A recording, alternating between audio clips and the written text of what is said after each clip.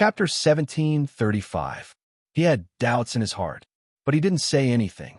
She carefully studied the many secret recipes she had bought and found that these methods were somewhat similar to the existing methods. The supplementary materials added were also good for nourishing the body. After using them, even if they were not good for the body, there was no harm. She might as well try them to see the effect. More importantly, wisdom. He saw a huge business opportunity here. If he could grasp it, he would definitely become rich overnight. River pearls were so cheap, and the people of the world, no matter men or women, had a morbid pursuit of beauty and whitening. There was no need to worry about a lack of business. Didn't you see how 5 minerals powder became popular in the early years? Wasn't it because this thing could strengthen the body and make people whiter? As the saying goes, whiteness covers all ugliness. After whitening, no matter how ugly a person was, his or her looks would immediately increase by several points.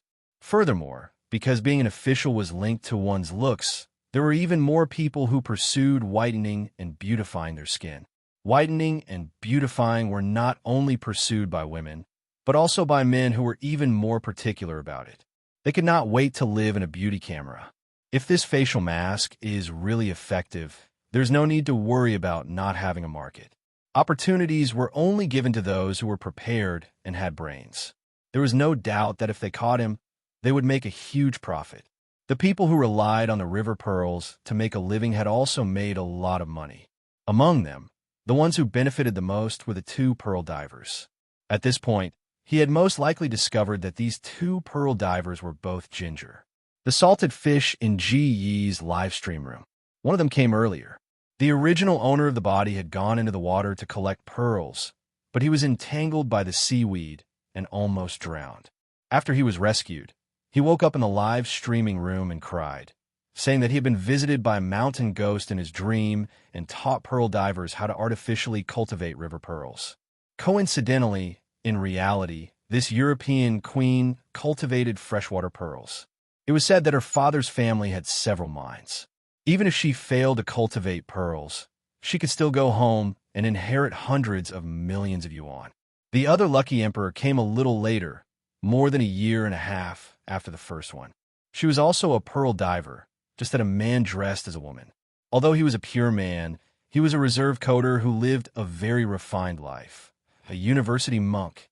This European emperor spent 2 hours a day taking care of his skin. His nails were always trimmed neatly. In the words of the European emperor, when he looked at people with his nostrils, they would only see his delicate little nostrils because the messy nose hairs were trimmed neatly.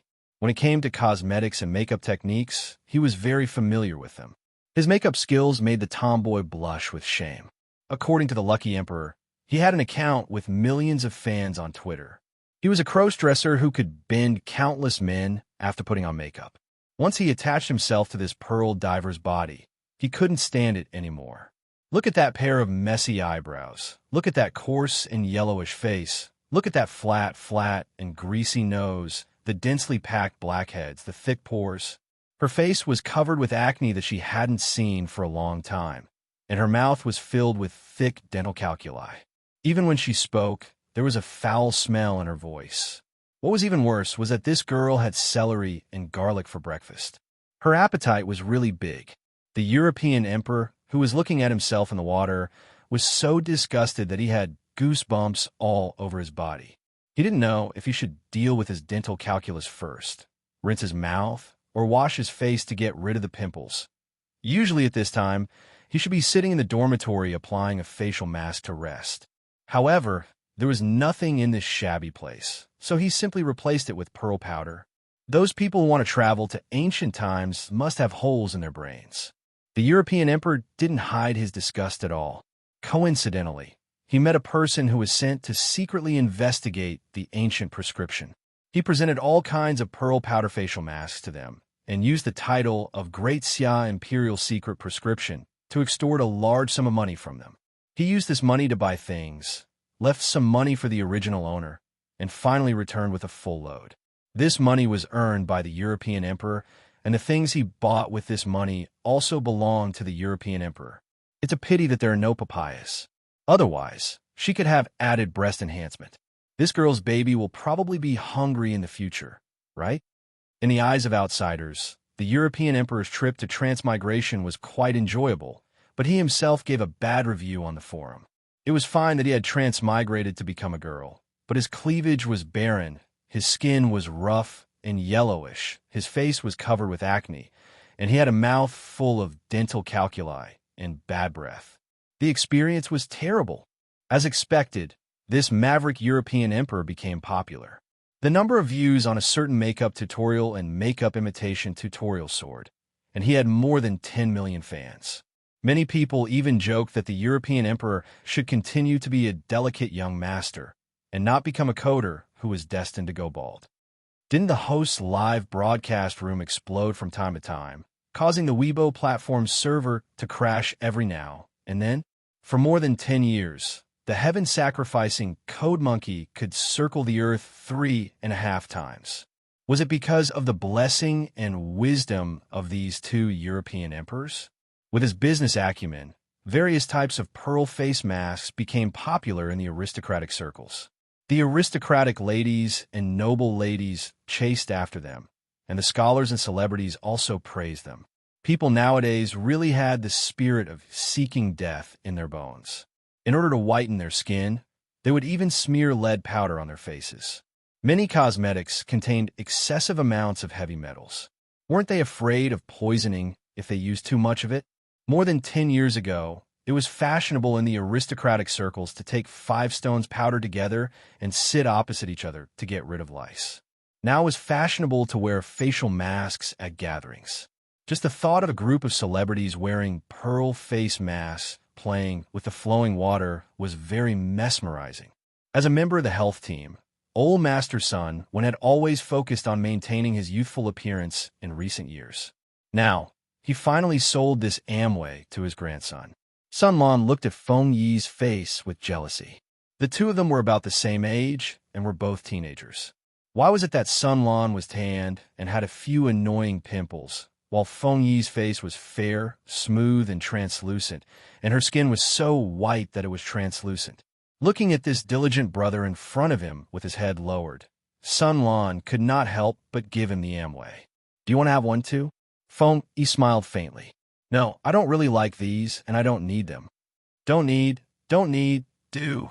These 3 words kept echoing in Sun Lan's ears, making him want to bend forward in frustration. "A man's face is also very important," Sun Lan said. "That last Changsheng does have some good colors." Feng Yi smiled and asked, "Is my color not good enough?" Sun Lan, what a shameless childhood friend. Even though they were fooling around, the two of them still seized the time to revise their lessons. They had studied in the Golden Scale Academy for several years and knew how profound the lessons in the academy were. In the past 2 years, the number of teaching materials that had been mailed to them had increased exponentially, and they were constantly revised and republished. Even though the two of them had worked very hard, there were too many chores in the military. It was impossible for them to keep up with the group of classmates in the academy who were taught by famous teachers and studied seriously every day. They did not wish to be among the best, but they hoped that their exam results would not be too bad. "You supervise me, and I'll supervise you." The two of them exerted the same vigor as if they were sprinting for the college entrance examination. Other than sleeping, washing, and eating, they spent the rest of their time studying hard. After walking for more than a month, the group finally arrived in Wanzhou. Looking at the towering city that she had not seen for a long time, Feng Yi's heart was filled with emotion. She looked forward to seeing her family in the city, but at the same time, she was worried that the academy's mock exam would disappoint the headmaster. "Lan, why are you shivering? Are you very cold?" Sun Lan took deep breaths, his hands shaking from nervousness. "Ronli, don't you think I've become much fairer?" Chapter 1736. Looking at the trembling Sun Lan, even someone as kind as Feng, he couldn't help but laugh unkindly. He couldn't help but say, "You're indeed much fairer. Now you're a handsome young man. Do you feel at ease now?" The pearl powder mask did have some effect. Sun Lan's face looked much fairer, and the acne on her face disappeared, leaving only shallow acne marks. Looking at Sun Lan's pitiful look, Feng Yi said the effect was 10%, which made him feel at ease. Sun Lan let out a long sigh of relief. He immediately realized that he was acting a little silly, so he couldn't help but smile shyly. It's good that you're fairer. His current appearance wouldn't be despised by Jinghui. Feng Yi invited his friend, Lan, do you want to rest in my house for a few days? He knew about Sun Lan's situation. The Sun family only had Sun Lan and Old Master Sun Wen. The Old Master was at the front line of Zhangjiang Pass, and only a few servants and housekeepers were left to take care of the mansion in the city. Sun Lan would be alone in the mansion, so it would be better to stay in his house for a few days. Sun Lan declined Feng Yi's invitation. He hadn't been back for a few years, and there were still some chores to take care of, such as the performance of the housekeepers and servants, the management of the mansion, whether there was any embezzlement. If there were any dirty hands and feet, he should get rid of them as soon as possible, so that the mansion wouldn't be in a mess. Even though Sun Lan had no relatives at home, she still had to go back to reorganize. Feng Yi was sensible and didn't force it. That's good. When you're done, we'll go to the school together. Both families received the news of their return in advance. The housekeeper of Feng Yi's mansion had been waiting outside the city for a few days, but there was no news from Sun Lan. The housekeeper who welcomed Feng Yi was very enthusiastic, and he looked at the young master with gratification. This housekeeper wasn't only an old man by Feng Zhen's side, but also an elder who watched Feng Yi grow up. Looking at the handsome and elegant young master, he was so excited that he almost cried. He couldn't help but say that Feng Yi was taller and more handsome, but also thinner and darker. If he didn't restrain himself, he might have overstepped his boundaries. Seeing the familiar old man, Feng Yi smiled gently and helped him up before the old housekeeper could greet him. Ever since we received the news, Madam sent me to wait for you outside the city. You're finally here. The old housekeeper's eyes were brimming with tears. He was truly moved by Feng Yi's return. Feng Yi sighed and asked about the situation at home. The old butler said, everything is good in the manor. Feng Yi asked, I received a letter from home earlier. I heard that mother caught a cold. Is she feeling better? The mother he spoke of was naturally not his biological mother, but Feng Zhen's current second wife, Wan Xiao. Feng Yi had always respected this stepmother. Before Wan Xiao married Feng Zhen, she had been living in the Feng manor with the tacit cooperation of the father and son. Although the young Feng Yi was carefully taken care of by the housekeeper and servants, he was not as meticulous as the female elders in many aspects. After they became familiar with each other, Wan Xiao often took care of Feng Yi's daily life, which also laid a good foundation for the mother and son. Apart from the age difference, the relationship between mother and son was probably closer than that of an ordinary landowning household. Madam has been feeling better for a long time. It's just that she has been busy with the affairs of the manor recently and can't make time for it. That's why she sent me to fetch eldest Lang Jun. It was rare for a stepmother and a stepson to get along well. The old housekeeper was also very pleased that the two had a good relationship. After all, everything went well in a harmonious family. Feng Yi said seriously, Mother is an elder. How could she be sent to wait for the younger generation? The housekeeper smiled and said, Eldest Lang Jun is right. After some small talk, Feng Yi noticed the situation with Sun Lan and frowned slightly. The two of them had rushed back in a hurry, but they had already sent a message to the manor in advance. Why didn't anyone come to fetch Sun Lan? However, it was not convenient to ask these questions in public, so they could only keep it to themselves. Because of the initial city planning, Jiang Fei's subordinates lived in the inner circle. Most of Ji Yi's officials lived in the inner circle. In Salted Fish's words, they were the first or second circle. Feng Zhen was the first batch to receive the land deed for the house.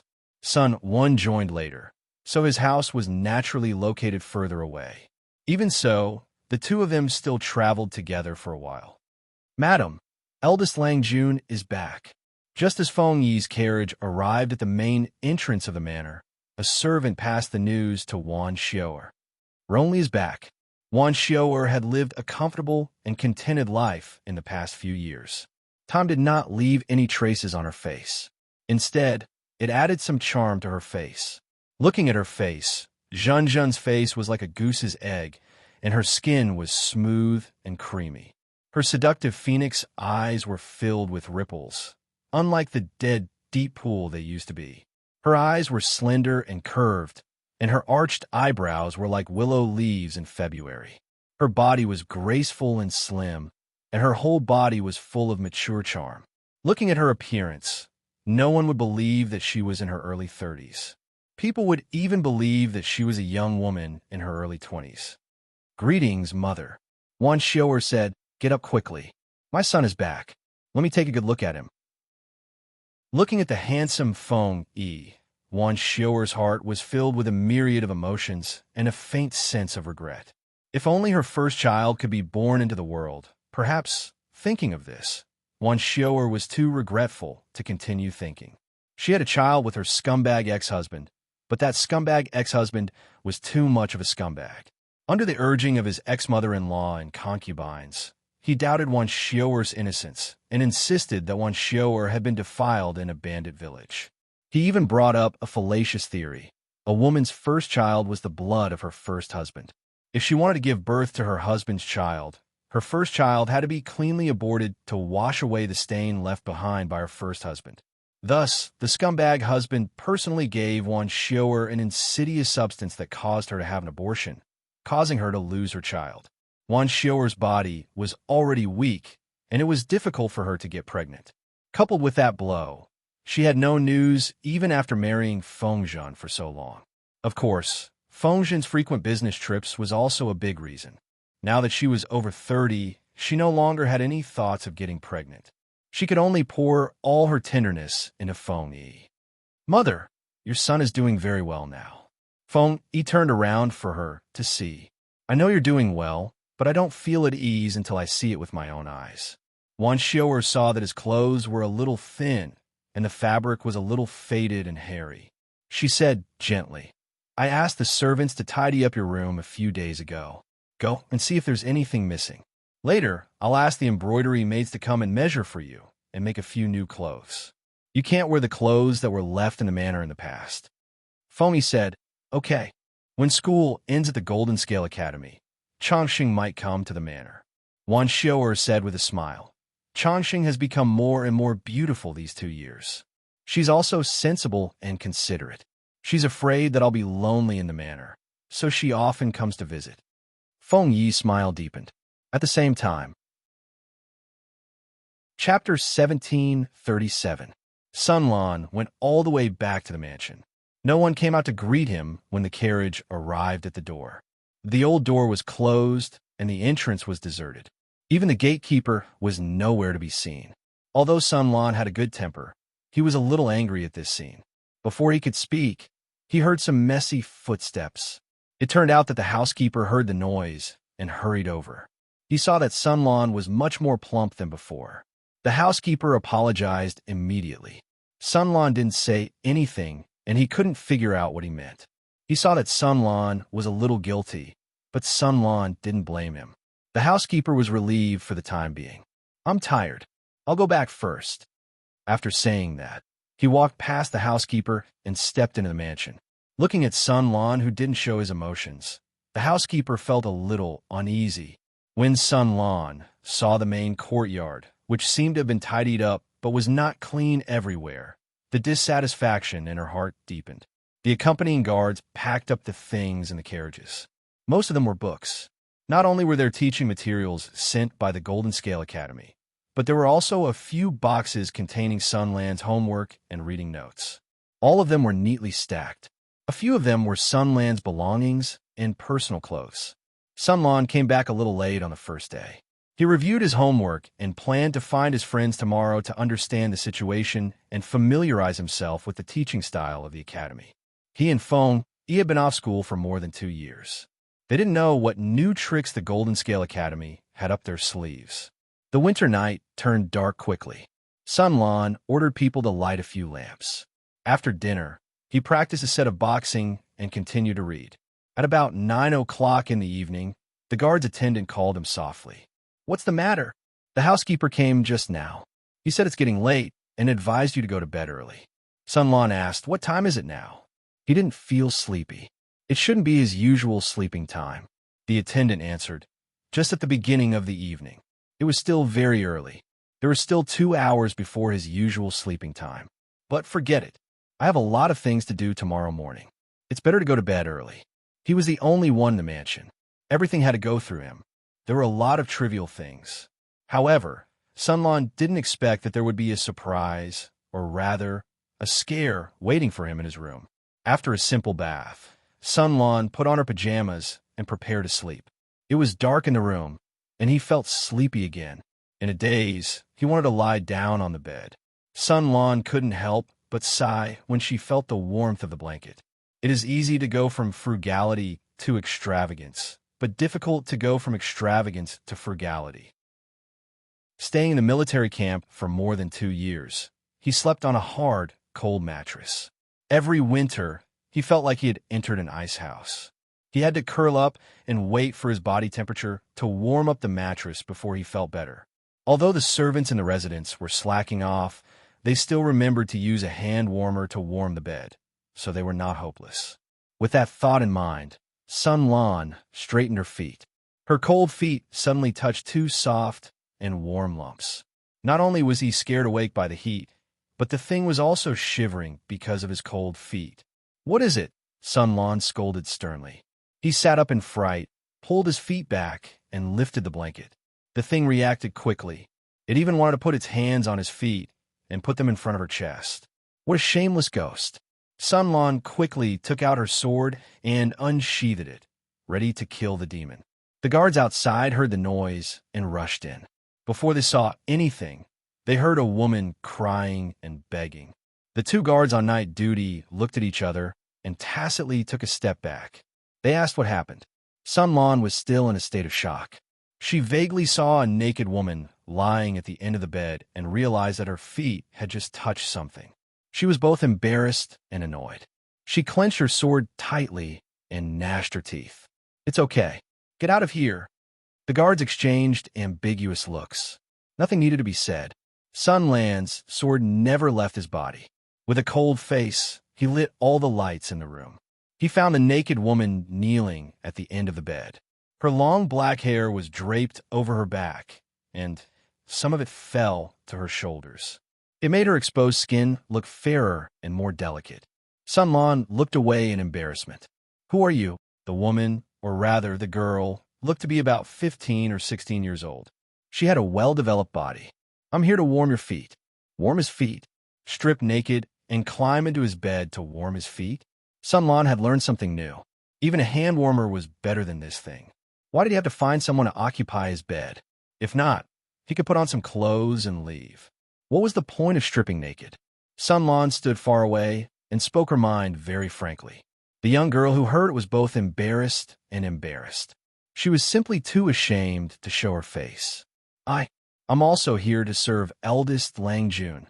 To warm his feet, they were girls who could sleep with him. There was no need to give them any status. They were even worse than cheap concubines. They used their bodies to warm the bed and their master's feet. If the master had any needs, he could also use them to vent.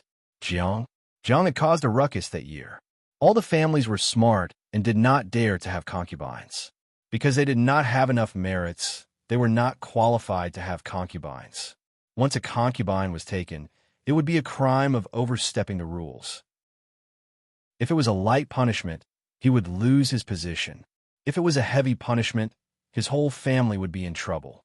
But man could not have only one wife in his life. No matter how delicious the food was, after a few years, they would get tired of it. They needed a change of taste. Even if it was a pile of stale shit, as long as it was something that these men had not eaten before, they would want to try it. Therefore, there was another meaning to the term feet-warming maid. Not only was she responsible for warming the master's feet, but she also had to warm the master's body and heart and accompany him to sleep.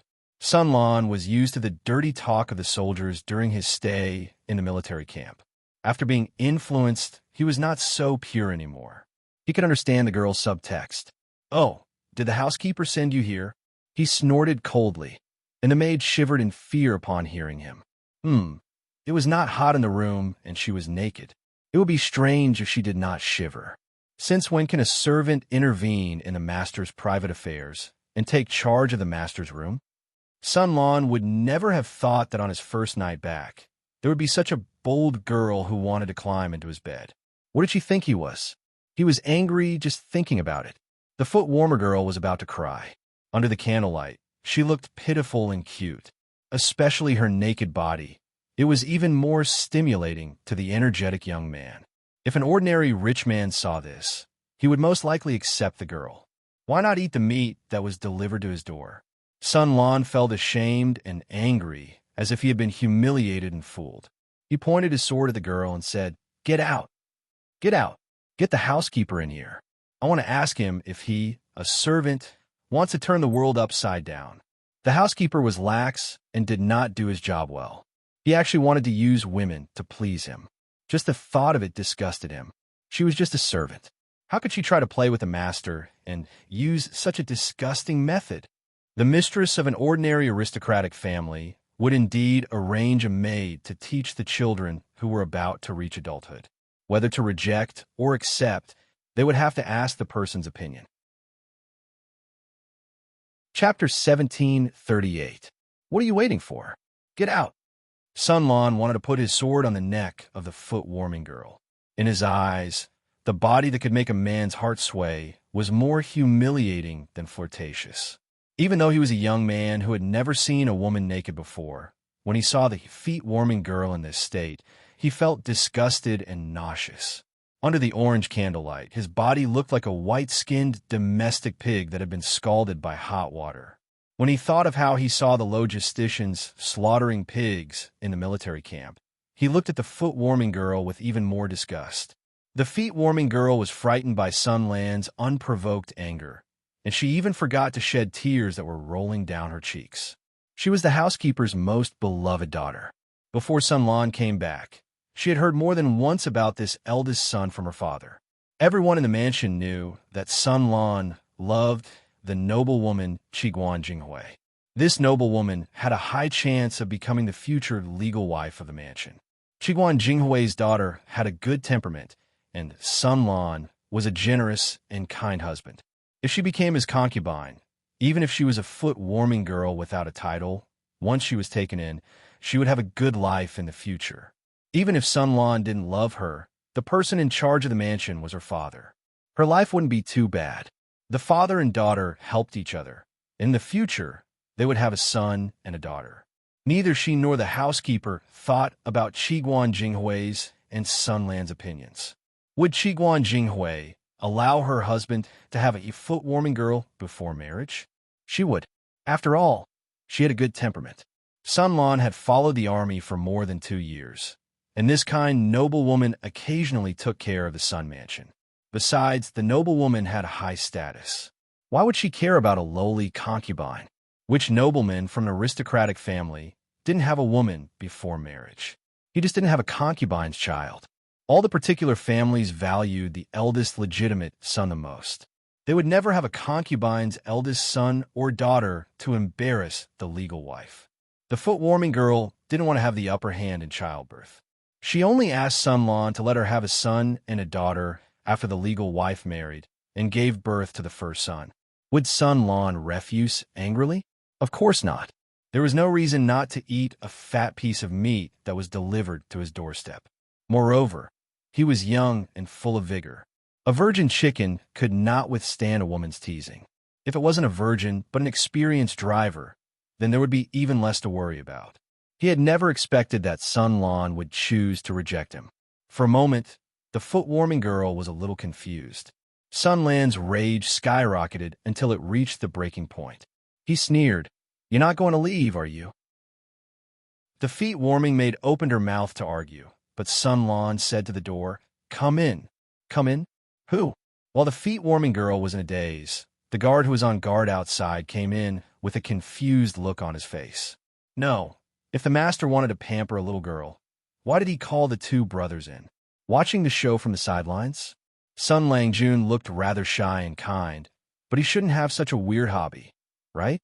Or The little Lang Jun was a virgin and didn't know how to perform the ceremony of husband and wife.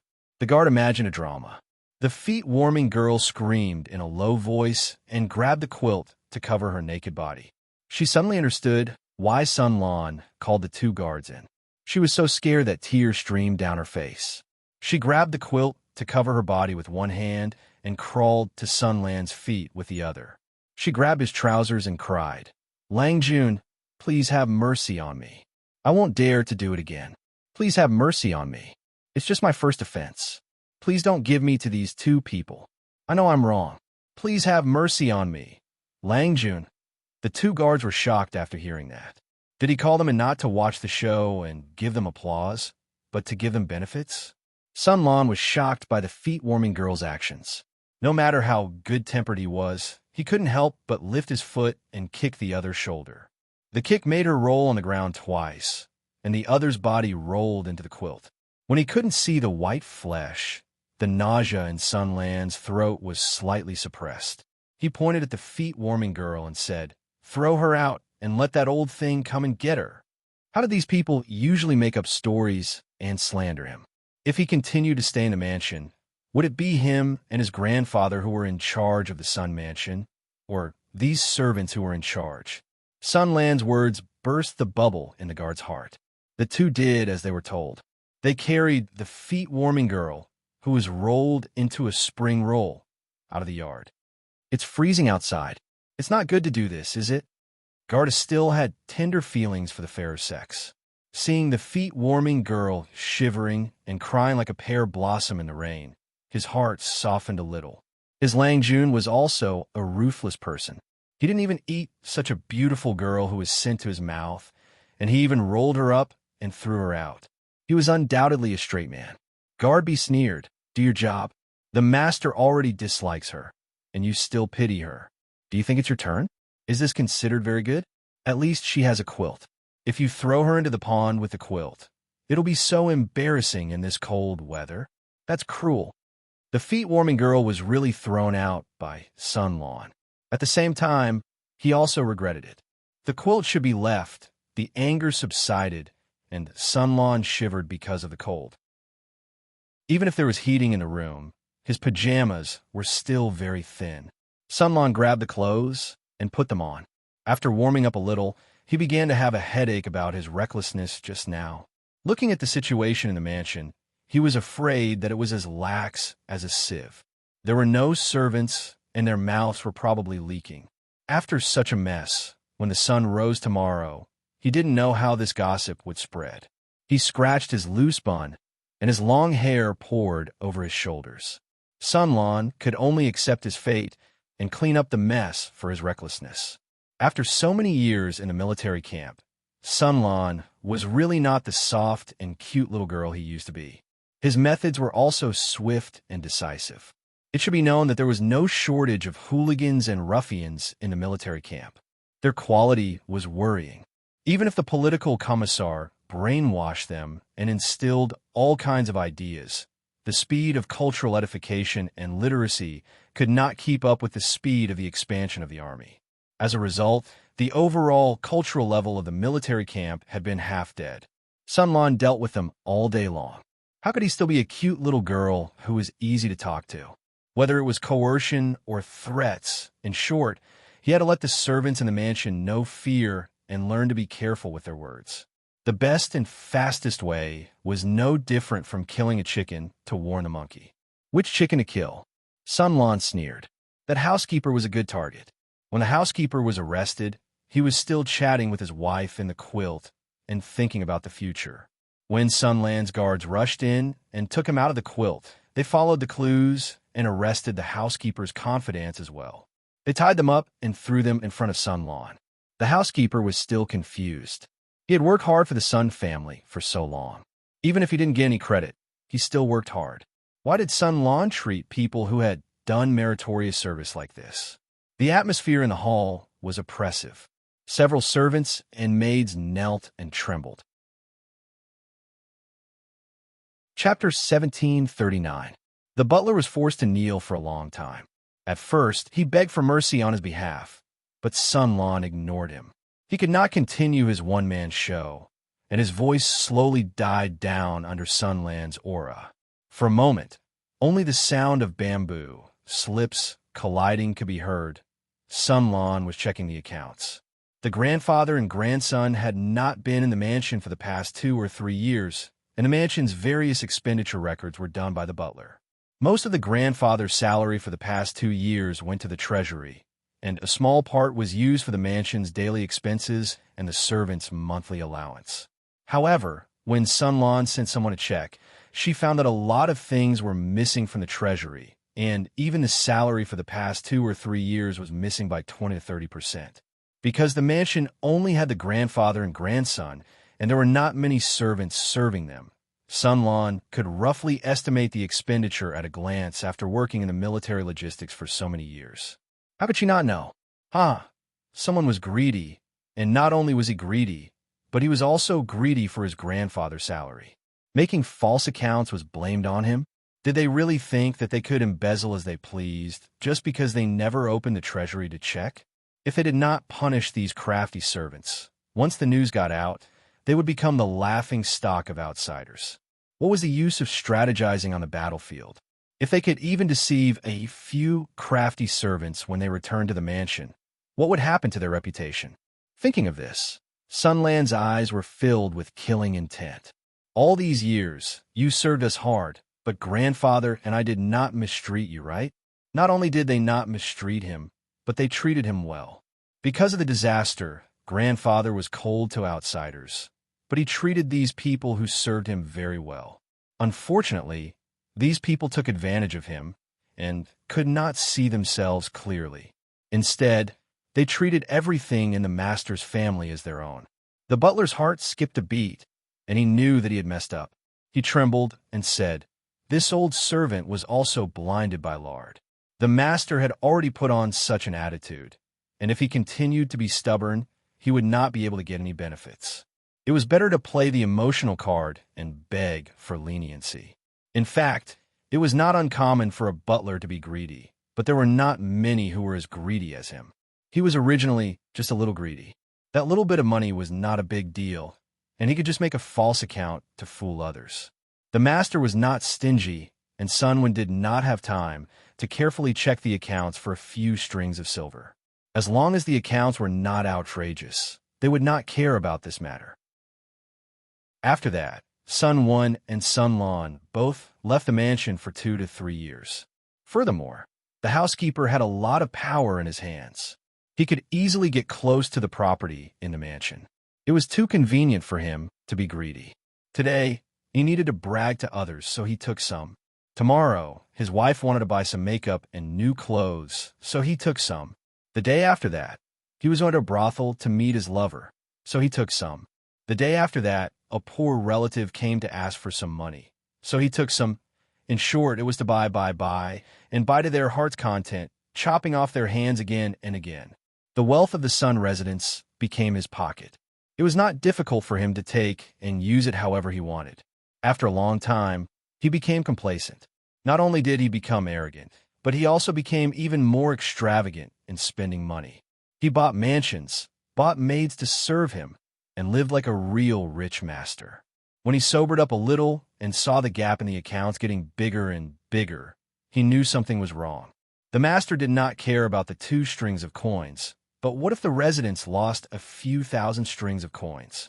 One had to know that Qiguan Rang, Feng Jin, and a few other important officials had annual salaries ranging from 7 to 9,000 strings of coins according to their positions. Zhang Ping and a few other big shots in scientific research had the highest annual salaries. Their salary plus Jiang Yu's allowance was about 10,000 strings of coins. Naturally, Old Man Sun's salary would not exceed this amount. The amount of money that the housekeeper had embezzled over the past few years had directly swallowed Old Man Sun's annual salary. How could his appetite not be big? At this time, the salary was not fully paid.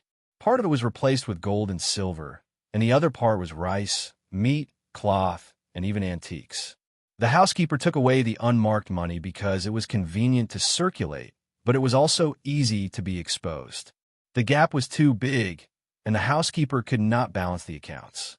At this time, The news of Sun Lan's return reached his ears, and he was so scared that his legs turned to jelly. It would be fine if Sun Lan did not check the accounts, but once she did, his whole family would die. Therefore, the housekeeper thought of a way to save the country in a roundabout way. If Sun Lan took in his youngest daughter, then he would be half a father-in-law to Sun Lan. If his daughter did not disappoint and was favored by Sun Lan alone, or even if his daughter was pregnant with the eldest son of a concubine, for the sake of the bloodline, even if he embezzled 1,000 strings of coins, this pair of grandfather and grandson would probably be lenient, right? The housekeeper's plan was brilliant, but Sun Lan was not the lecherous person he thought she was. Sun Lan took a glance and knew that the amount of money that the housekeeper and the others had embezzled was enough to kill them. She threw the bamboo slip away, flogged them to death. The housekeeper's expression changed dramatically, and the other accomplices were also frightened. Some cried, and some begged for mercy. Sun Lan could not help but sneer and asked, "Do you know who you are?" The housekeeper and the others could not help but shrink back. "If you don't remember, then let me tell you who you are. You are slaves bought by the Sun residents and belong to the lowly register. You are also the private property of the Sun residents." Sun Lan did not leave the slightest face to reveal their background, and the housekeeper felt even more humiliated from head to toe. During the days when Sun Wan and Sun Lan were not around, the housekeeper gradually lived a wealthy life. He lived in a mansion bigger than the Sun residence, and the maids and servants in the mansion were several times that of the Sun residents. Gradually, the housekeeper forgot that his birthplace was not a good one. Sun Lan continued, "According to the current law, those who embezzled 1 string of coins will be tattooed on their faces and displayed in public. Those who embezzled 5 strings of coins will be exiled for 1,000 miles. Those who embezzled 10 strings of coins will be beheaded in public. Those who embezzled 20 strings of coins will be skinned and cut into grass. As for the punishment for embezzling 30 strings of coins, 50 strings of coins, and 100 strings of coins, you know in your heart." Think about it. As the servants of the Sun residents, how much money and grain have each of you embezzled from the master's family? Your whole family's life is not enough to pay for it. Your children, wives, parents, none of them can escape. In serious cases, you will be exterminated. Who gave you the courage to do such a thing? Are you bullying us because we are weak and can't control you? Or do you think we're stupid and easy to bully? When Sun Lan said these words full of killing intent, the housekeeper sat on the ground as if he was drained of his strength. The others were so scared that they forgot to cry and beg. They had received a lot of benefits from the housekeeper, and the money they embezzled was about 50 strings of coins to 100 strings of coins. Who knew that it would be so serious? The housekeeper suddenly came back to his senses and cried and begged, "I have really been blinded by lard. Please, Elder Lang Jun, for the sake of our past relationship, let me off this time. I will do my best to serve Elder Lang Jun in the future, and I will never dare to do such a thing again." Everyone wanted to live, and it was scary to think of the way to be beaten to death. Sun Lan looked at their reaction coldly and suddenly thought of something. "Wait, keep it first." The housekeeper could not help but be overjoyed, but before he could rejoice, Sun Lan's words sent him back to hell. Chapter 1740. The amount of money the servants had embezzled was huge, and it was reasonable to say that they should be killed. However, according to the current laws, even if the servants had committed a crime, they could not be killed. They should inform the authorities to prevent future troubles.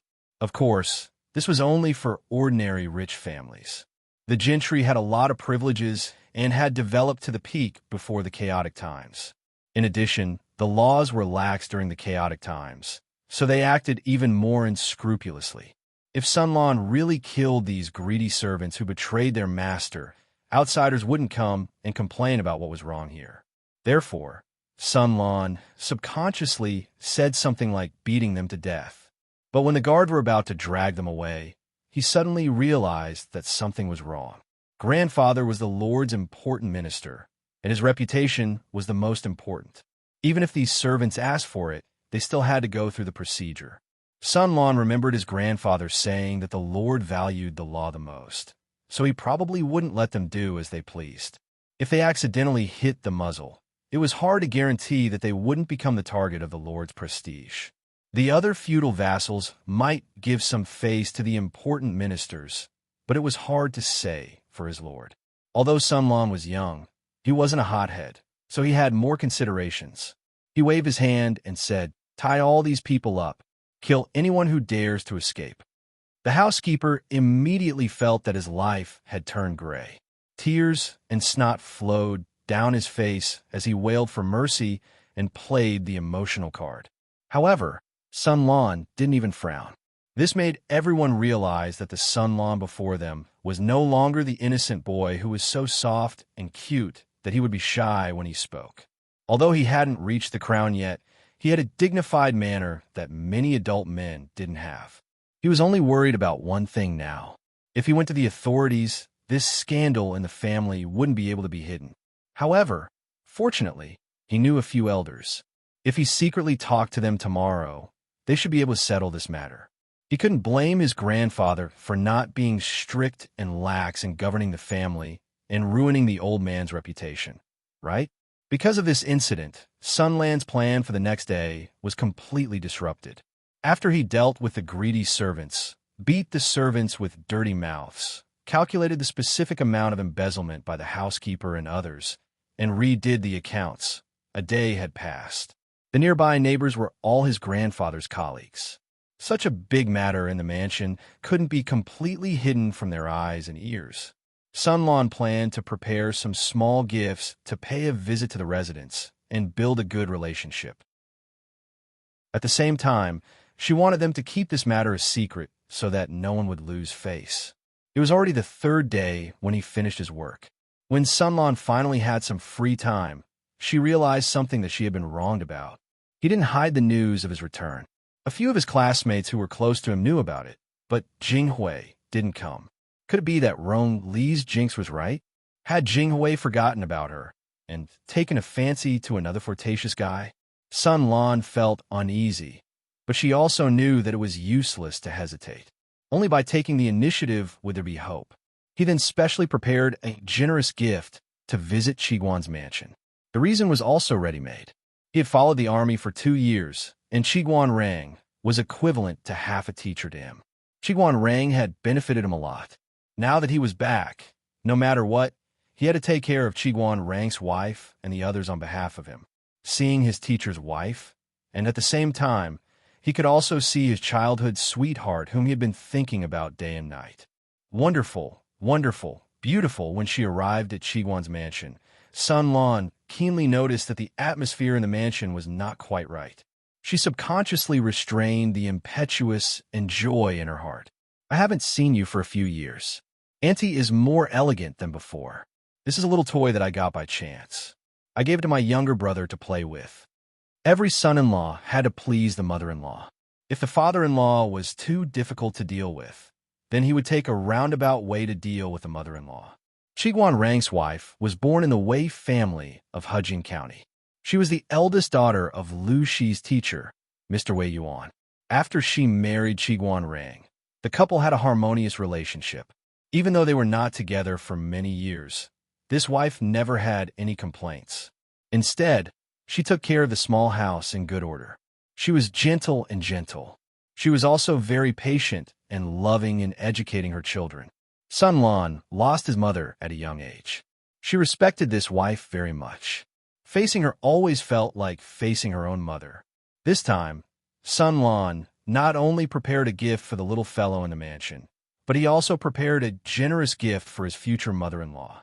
"Since you're already here, why are you giving me these empty gifts?" Qiguan Rang's wife looked slightly haggard. Between her brows, there was still some worry that had not dissipated.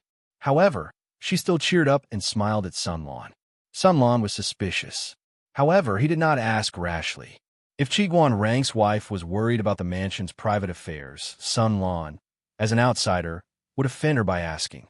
The two chatted for a while. The content of the conversation was about how they had been all these years. Sun Lan took the opportunity to lead the topic to Qiguan Jinghui. Qiguan Rang's wife's raised lips stiffened. Her worry deepened. From this, it could be seen that Qiguan Rang's wife was mostly worried about Qiguan Jinghui. Sun Lan's heart skipped a beat. His right hand on his thigh suddenly tightened.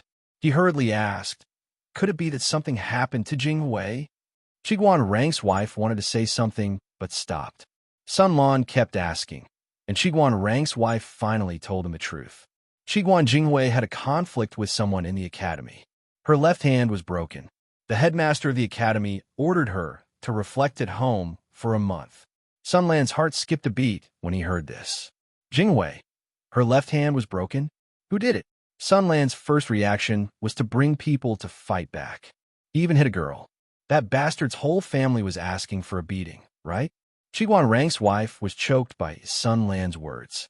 Shouldn't the normal reaction be to ask about the reason for the conflict? Listening to Sun Lan's words, he wanted to get back at her without distinguishing between right and wrong. Qiguan Rang's wife smiled bitterly.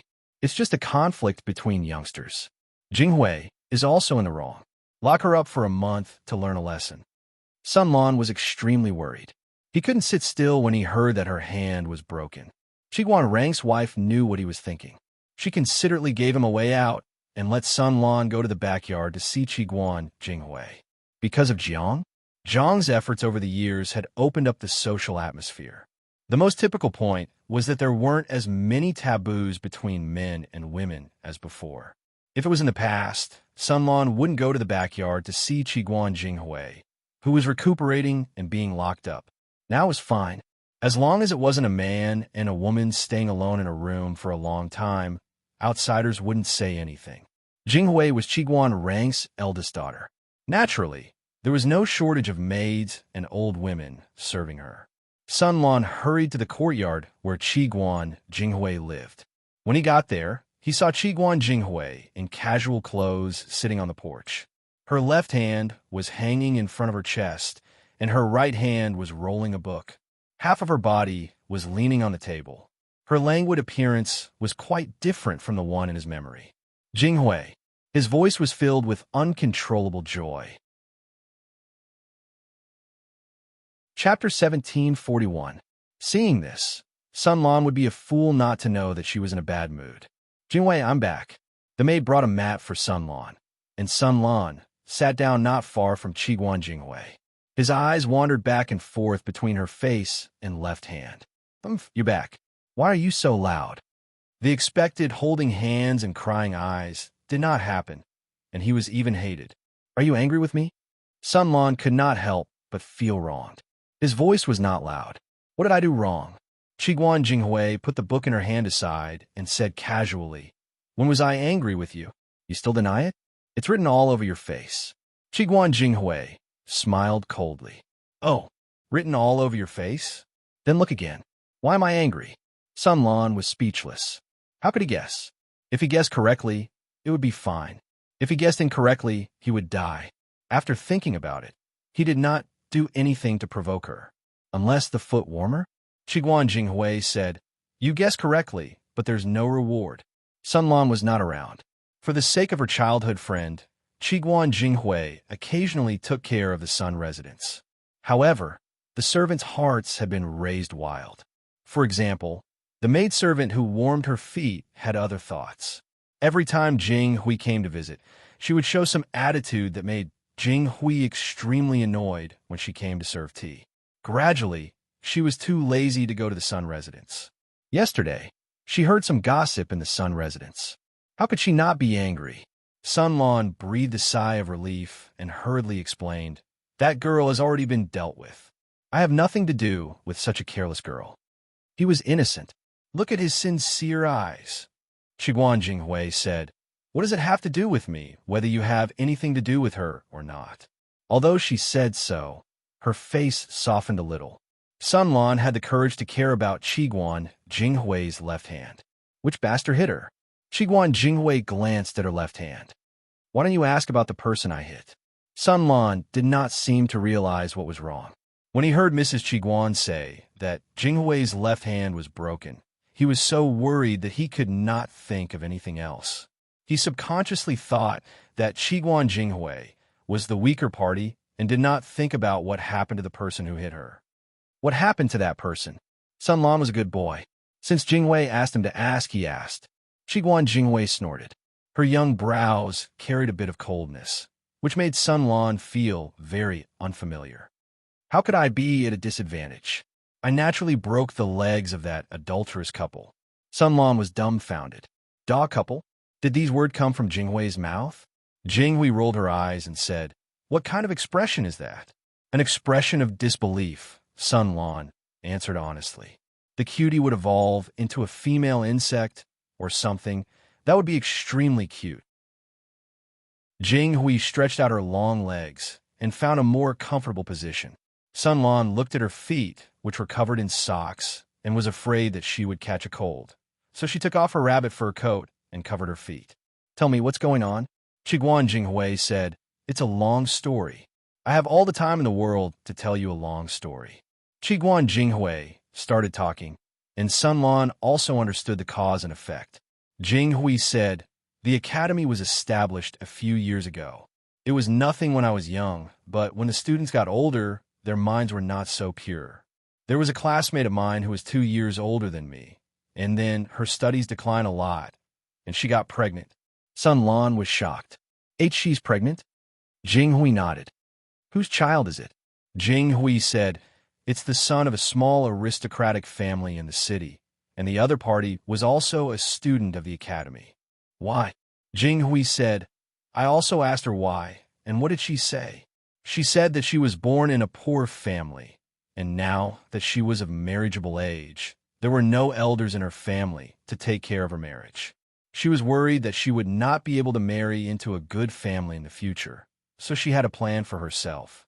Coincidentally, a male student of the academy was interested in her, and after a while, they fell in love. The two of them, this shameless adulterous couple, actually did something improper in the academy and got pregnant. In the end, it was obvious that they couldn't hide it anymore, so they exploded. The headmaster was furious and expelled them. In order to prevent similar things from happening and tarnishing the reputation of the students and the academy, the teachers strictly forbade such things from happening. According to private investigations, many female students who were about to reach marriageable age or had already reached marriageable age had similar concerns. However, the scandal broke out in a timely manner, and they didn't dare to do anything even if they wanted to. Sun Lan didn't know what to say and could only continue listening to Jinghui. What do you think the ending of this story should be? Sun Lan guessed. An official marriage, and everyone will be happy. Jinghui sneered and asked, When you say this, do you believe it? Sun Lan was speechless. All right, he didn't believe it himself. If it was in the past, the male student could take a female student as a concubine. After all, she was pregnant with a male student's child, and the other party had studied in the Golden Scale Academy for a few years. It was better than an illiterate concubine. However, now that the limelight was tight, who dared to take a concubine in public? The male student was only born in a small aristocratic family, and his ancestors' merits were not enough for him to take a concubine. If he couldn't take a concubine, could he marry her legally? That was even more impossible. That female student had an affair with him before marriage, got pregnant, and had a bad reputation. How could he marry her legally? It seemed like a beautiful campus love, but the reality was cruel. Either the female would be a nameless mistress and follow the male for the rest of her life, or the female would give birth to the male child, and the male would raise the child as a concubine, or both the female and the child would get lost. The male student and his parents chose the third option. They despised the female for not having self-respect, seducing the man before marriage, being intimate with the man, and even getting pregnant, causing the man to be expelled from the academy. After 10 months of pregnancy, the female student regretted giving birth. She suffered a lot and recalled her carefree life in the academy, regretting that she was too stupid to be cheated by the man. After giving birth, she took the child to the academy and begged the headmaster to give her a chance to turn over a new leaf. But she didn't realize what she had done wrong, and every word she said was to excuse herself. For example, she said that she was of marriageable age, but her elders had long passed away, and no one in her hometown could arrange her marriage. If she took off her clothes for a few years, no one would want her, and if she couldn't marry into a good family, she would have no future, and so on. That was why she did something wrong in a moment of confusion. The female headmaster who taught the female class was infuriated by these theories. Jinghui happened to be there, so she simply retorted. In the end, the female student kept talking about Jing Hui's family background, saying that her father was an important minister of the Lord, and she wouldn't have to worry about marriage in the future. For example, many people knew that Sun Lan liked Jing Hui, and the marriage was set in stone. Jing Hui could still be calm at first, but soon she couldn't calm down, because the female student put Jing Hui in the same category as her, and her words were full of contempt and humiliation. Jing Hui couldn't stand it, so she retorted. If it were her previous self, she probably wouldn't have been able to scold them. But she went to study in the military camp. The academy had some cooperation with the station military camp. Every holiday, students would voluntarily sign up to go to the military camp to experience for a while. Many students didn't go because they thought it was too hard, and they were also ashamed to deal with these rude soldiers. But Qiguan Jinghui went every time. Staying in the military camp, she learned a lot of things. While her temperament changed, she also learned to scold people. She was vicious, fierce, and slippery. I came to the academy to study in order to show my talent in the future, not to accumulate capital for myself to serve men like you. Not to mention that I'm not engaged now. Even if I'm engaged and married, I can't stay in the backyard. It's fine if you can't bear it and do things lowly, but you have to implicate so many female students. How much sin have you committed? You don't know how to repent, and you still talk nonsense here. You don't even know what you've done wrong. Did I force you to do shameless things in a quiet place like the academy? Did I take off your clothes, open your legs, and make you pregnant? The Golden Scale Academy is a pure land. You don't cherish it, and you don't know how lucky you are. Then you should get out of here as soon as possible, and don't waste the quota. There are many women in the world who want to climb up. Someone like you, who willingly degenerates, should get out of here as soon as possible, and don't taint the peace here. Since the establishment of the female class in the Golden Scale Academy, how many rumors and social pressure had they endured? The masters endured the pressure, and they hoped that these students would work hard and correct the name of the female class. But in the end, they produced such trash. The female student was scolded by Jing Hui until her face turned green. She attacked out of anger. She learned a lot of skills in the academy, but she didn't use them to fight for justice against the man and his family. Instead, she used them to deal with Jing Hui. In terms of martial arts, Jing Hui couldn't beat them. However, she was popular in the class, had high prestige, and had many helpers. After a moment of chaos, the bones in Jing Hui's left hand were broken, and the female student's leg was broken. After that, Jing Hui still wasn't satisfied. She led more than 20 female students in the class, and brought their servants and guards to smash the house of the male student. Sun Lan asked, "You really smashed it?" Jing Hui sneered. "Why can't I smash it?" He played with the female students of the academy, and didn't take responsibility for making them pregnant. He ruined the reputation of hundreds of female students in several grades. It's already good enough that I only smashed their house. Doesn't he rely on his power? Then let him have a taste of being suppressed by a stronger power. Even if the sky falls, my father will bear it. Even if the Duke of Lanting finds out, he won't really blame me. Sun Lan was speechless.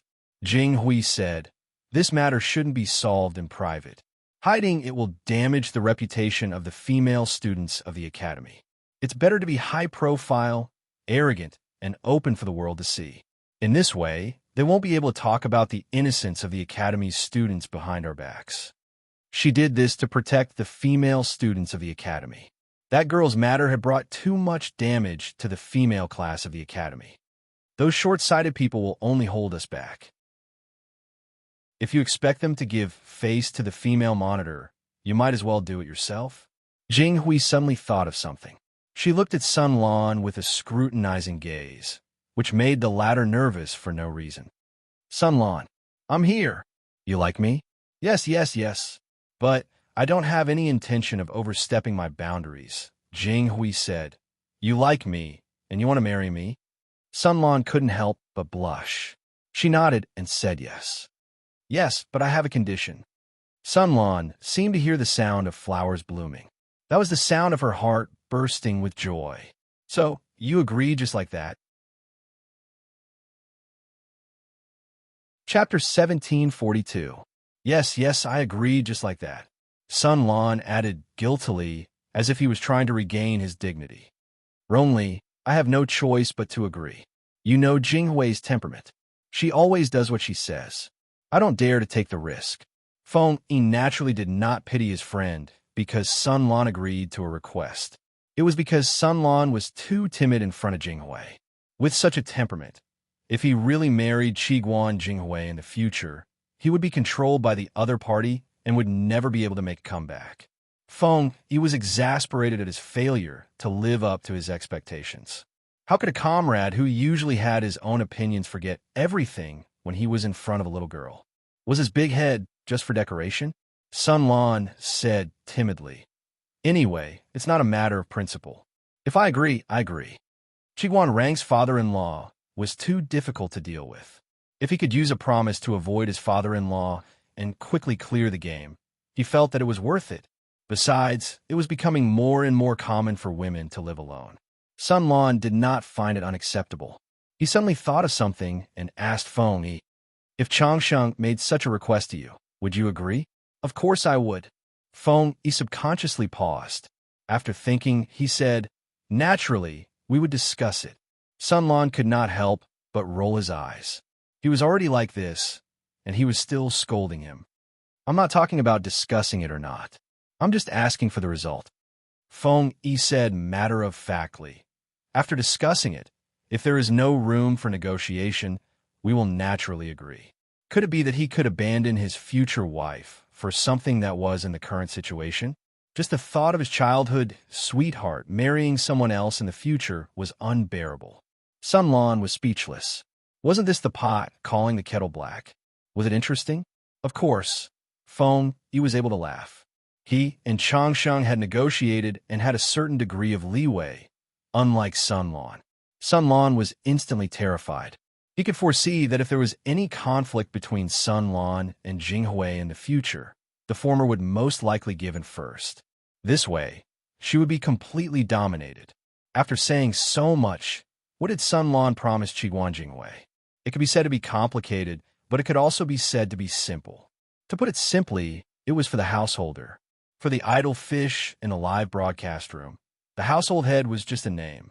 The person who wrote on the first page of the household register had nothing to do with the interests of the couple. This was because the law stipulated that during the duration of the relationship between husband and wife, regardless of who was the head of the household, the rights enjoyed by the husband and wife were the same. For example, if one of the spouses wanted to dispose of their joint property, such as taking a loan or selling it, they would need the consent of the other spouse. Let's not talk about the actual implementation. At least there was such a saying. It was different in Sun Lan's era. The rights and obligations of the head of a household were slightly different from those of others. Qiguan Jinghui's request was naturally not to let Sun Lan enter her household registration. Sun Lan was her only child. Putting aside Sun Lan, even old Master Sun, one would not agree to her request. Qiguan Jinghui didn't want to start a feud, so she naturally wouldn't make such a request. Her request of Sun Lan was to have an independent household registration. In other words, even if she married Sun Lan, she could still retain her status as the head of the household. Sun Lan agreed. Since the female soldiers were all like this, Jing Hui's request wasn't too much. However, Feng Yi felt that this young couple was a little wishful thinking. The difficulty of having two heads of household was not small. It might not succeed. In the current household registration, either a man was the head of the household or a woman was the head of the household. The latter specifically referred to those who came from the female battalion. In the future, after marriage, the man would enter the household. Note that it didn't matter if it was a man or a woman who was the head of the household. A family only had one head of the household. Sun Lan and Qiguan Jinghui wanted a household with two heads. The current household registration and the head of the household were not as simple as just writing a name. It also affected many aspects. The establishment of the household registration was not only to check the population, but also to levy taxes and assign labor. The contents recorded also included the number of men and women in each household, name, gender, date of birth, place of origin, identity, appearance, and even wealth. The head of the household had greater rights, but at the same time, they also shouldered heavier responsibilities. If two households were to be operated at the same time, the workload would be huge. In addition, the situation where a woman became the head of the household was not Jiang Yu's original creation. In fact, there were examples in the past, but there were certain conditions. Only when there were no men in the household could a female household be established. In other words, the woman would be the head of the household and enjoy more preferential treatment and taxes. If this woman died, it would be the end of the household. Feng Yi had to remind her little friend so that he would have a clear understanding of reality. For the time being, I don't know if the Lord's implementation of female households is a temporary measure or a long-term plan. However, to really implement it, the current laws must be changed drastically. Taxes are the foundation of a country. If it's peaceful times, not to mention a major change, even a small change would shake the interests of all parties and attract countless opposition. It would not be beneficial to the stability of the country. However, it's a chaotic world now. Even if it's a drastic change, no one would dare to object. These two young people slapped their heads and made a decision, completely disregarding the possibility of implementation. Feng Yi was not them. If the existence of female households is recognized on a large scale, but the preferential treatment for female households is not exempted, many people will definitely take advantage of this loophole. This is not beneficial to the country's taxes, so it can't be implemented on a large scale for a long time.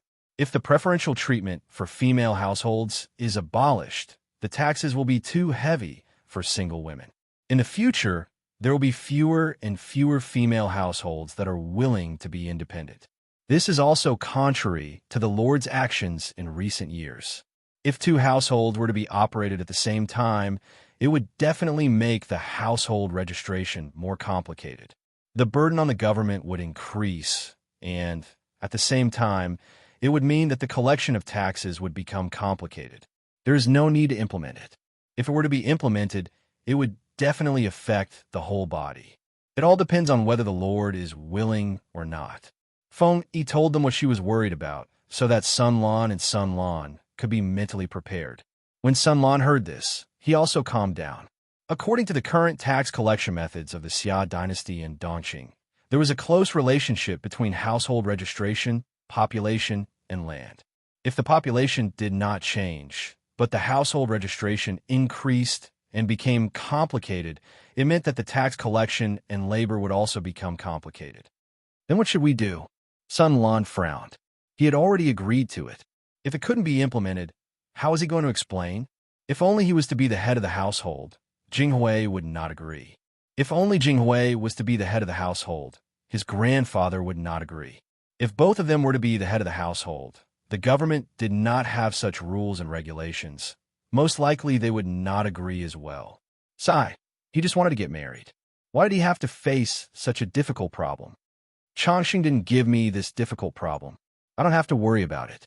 Feng Yi covered her face with her fan and smiled. You ask me, how would I know?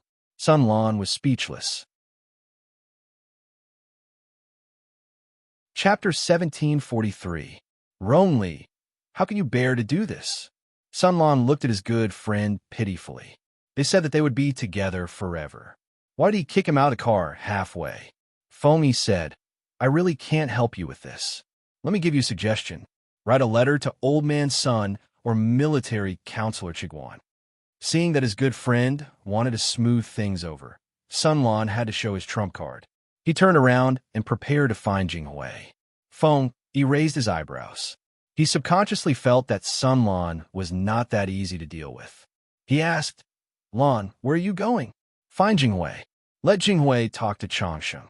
If Changsheng was also provoked into rebellion and asked the same question to Feng Yi, wouldn't Feng Yi become his brother in trouble? By then, he would like to see how Feng Yi would be able to stay out of trouble. Seeing that he was about to leave, Feng Yi hurriedly reached out and grabbed Sun Lan's hand. He said gloomily, "Are you trying to die with me?" Sun Lan stopped and smiled. Isn't a good brother supposed to share blessings and misfortunes together? It did not make sense for Sun Lan to be so worried about this matter, but Feng Yi was enjoying it. It was too unfair. Feng Yi was speechless. To hell with share blessings and misfortunes together. He did not expect Sun Lan, this thick-browed and big-eyed fellow, to have such a sinister intention. Ronli, are you going to help me or not? Sun Lan stared at him with his bright and harmless eyes. Feng Yi scolded him in his heart. Sun Lan was different from Old Man Sunday. He was good at pretending to be weak. He was sure that Feng Yi could not do anything to him. I really owe you. Feng Yi sighed. After all, they were classmates and friends for many years. It was not his style to stand by and do nothing. As the saying goes, one would rather tear down 10 temples than ruin a marriage. Sun Lan had been thinking about Qiguan's eldest wife for many years. He could not let it be a single dog forever. Sun Lan smiled. Ronli is indeed righteous. If not for his upbringing, Feng Yi really wanted to roll his eyes to express his inner feelings. What was righteousness? If it was not for Sun Lan, this shameless fellow, threatening him with both carrot and stick, he would not have gotten on this boat. Ronli, tell me your idea. Feng Yi was the most outstanding youth of this generation, and Sun Lan had high hopes for him. He would definitely have a way. Method? He had to write a letter to his lord to find out what she was thinking. Otherwise, if we act on our own, your grandfather and my father won't be able to handle the consequences. Feng Yi said, although Jinghui only wants to retain her position as the head of the household and not be confined to the inner courtyard in the future, it seems to be a simple request with no problems. But it involves many things that we can't touch. We can't solve it. Sun Lan was speechless. He did not expect that the solution Feng Yi mentioned was to look for the elders. Previously, it was his grandfather. Now it was his lord. After all, he was the grandson that Old Man Sun had cultivated for many years. Sun Lan also had a sense for politics, but not as keen as Feng Yi. Testing the lord's intentions, Sun Lan said, if my lord intends to promote female households in the long run and support women, having 2 heads of household in a family might be the root of the problem. However, the implementation of 2 household heads would also involve issues such as taxation and population inspection. Only by solving the problem at the root could everything be achieved. If my lord is willing, our questions will definitely receive a response. On the other hand, if my lord doesn't make a statement, it means that there will be other changes to the female households. It could be further improvements, or it could be a temporary solution. Feng Yi nodded and said, we still need my lord to make a statement on this matter so that we can think of a solution. Otherwise, it will be a waste of effort. If the lord didn't have this intention, it would be useless even if the 2 of them were to be passionate. Sun Lan asked uncertainly, Ronli, what do you think are the chances of this happening? Feng Yi covered her face with her fan, revealing only her eyes, which were brimming with a meaningful smile. Our lord is a woman after all. If she doesn't change the world's view of heirs when she has children in the future, it will be a man's family line. Doesn't that mean that her 10 years of conquest will be a wedding dress for the young master's father? Feng Yi saw through everything. Sun Lan was stunned. For the first time, he realized that his good friend was Feng Zhen's biological son. People live for money, fame, status, or power. At the end of the day, it's still for themselves. Why do people care so much about the family line? Of course, it's not just so that there will be descendants to worship after death. Only the dead know what the world after death is like. The living don't know. Another important reason is to pass on the torch. The fruits of a lifetime of hard work would naturally be passed on to her own children. There were also differences between close and distant children, like the palm and the back of the hand. If the world thought that male heirs would continue the family line of the man, then everything the Lord had in the future would be passed on to the male heirs. In the eyes of the world, wouldn't it be a wedding dress for someone else? Even if the children were her own, she still wouldn't feel good about it. Sunlan said, "My lord is not such a fool. How could her thinking be so narrow-minded?" Feng sighed and said, "Why are you scolding yourself?" Sunlan choked and suddenly thought of something. Her face turned green. Feng said, "This is not the thinking of a fool. It's just the thinking of an ordinary person. It's not narrow-minded. If you only have one daughter in the future, and she is destined to marry into someone else's household, then what you have worked so hard for half your life will be taken by your son-in-law through your daughter. Will you feel good? On the other hand, if your daughter is independent and continues the family line, you'll feel better after 100 years. Everyone liked to take advantage of others and not be taken advantage of. However, how could the concept of inheritance that had lasted for thousands of years be reversed so easily?" Sunlan said, "So, the possibility of my lord agreeing is very high." Feng smiled and said, "We will know the result only after we find out." His analysis was probably feasible for ordinary people, but it was not quite right for Jiang Pengji. Even if the result was the same, the analysis process was very different. Because Sun Lan had spoken too confidently, he was a little flustered. He did not dare to look at Jing Hui for fear that she would be disappointed in him. Little did he know, his reaction was within her expectations. Because of their father's generation, Changsheng and Jing Hui were considered bosom buddies. They were very close. It did not take long for her to hear about Jing Hui making things difficult for Sun Lan. She said, "I think this matter is not easy to handle. You are deliberately making things difficult for him." As a student trained by the powerful teachers of the Golden Scale Academy, Jing Hui and Changsheng's innate genes were powerful. Naturally, she would not be bad. She was also clear about the obstacles that would be encountered in implementing a family with two households. "Of course, I know it's not easy, but it's also good to let him know that it's not so easy to marry me.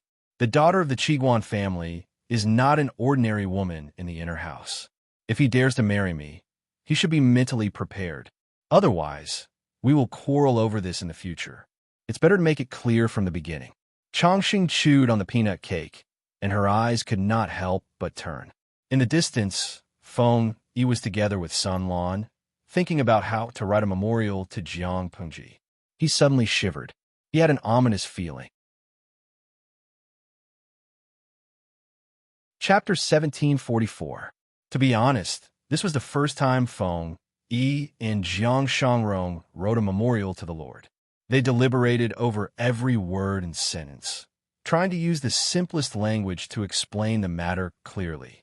For this, the two top students of the Golden Scale Academy stayed up all night. They wrote a thick stack of useless drafts, but they could not finalize it. It was not that they had obsessive-compulsive disorder of perfection, nor was it that they did not have enough knowledge.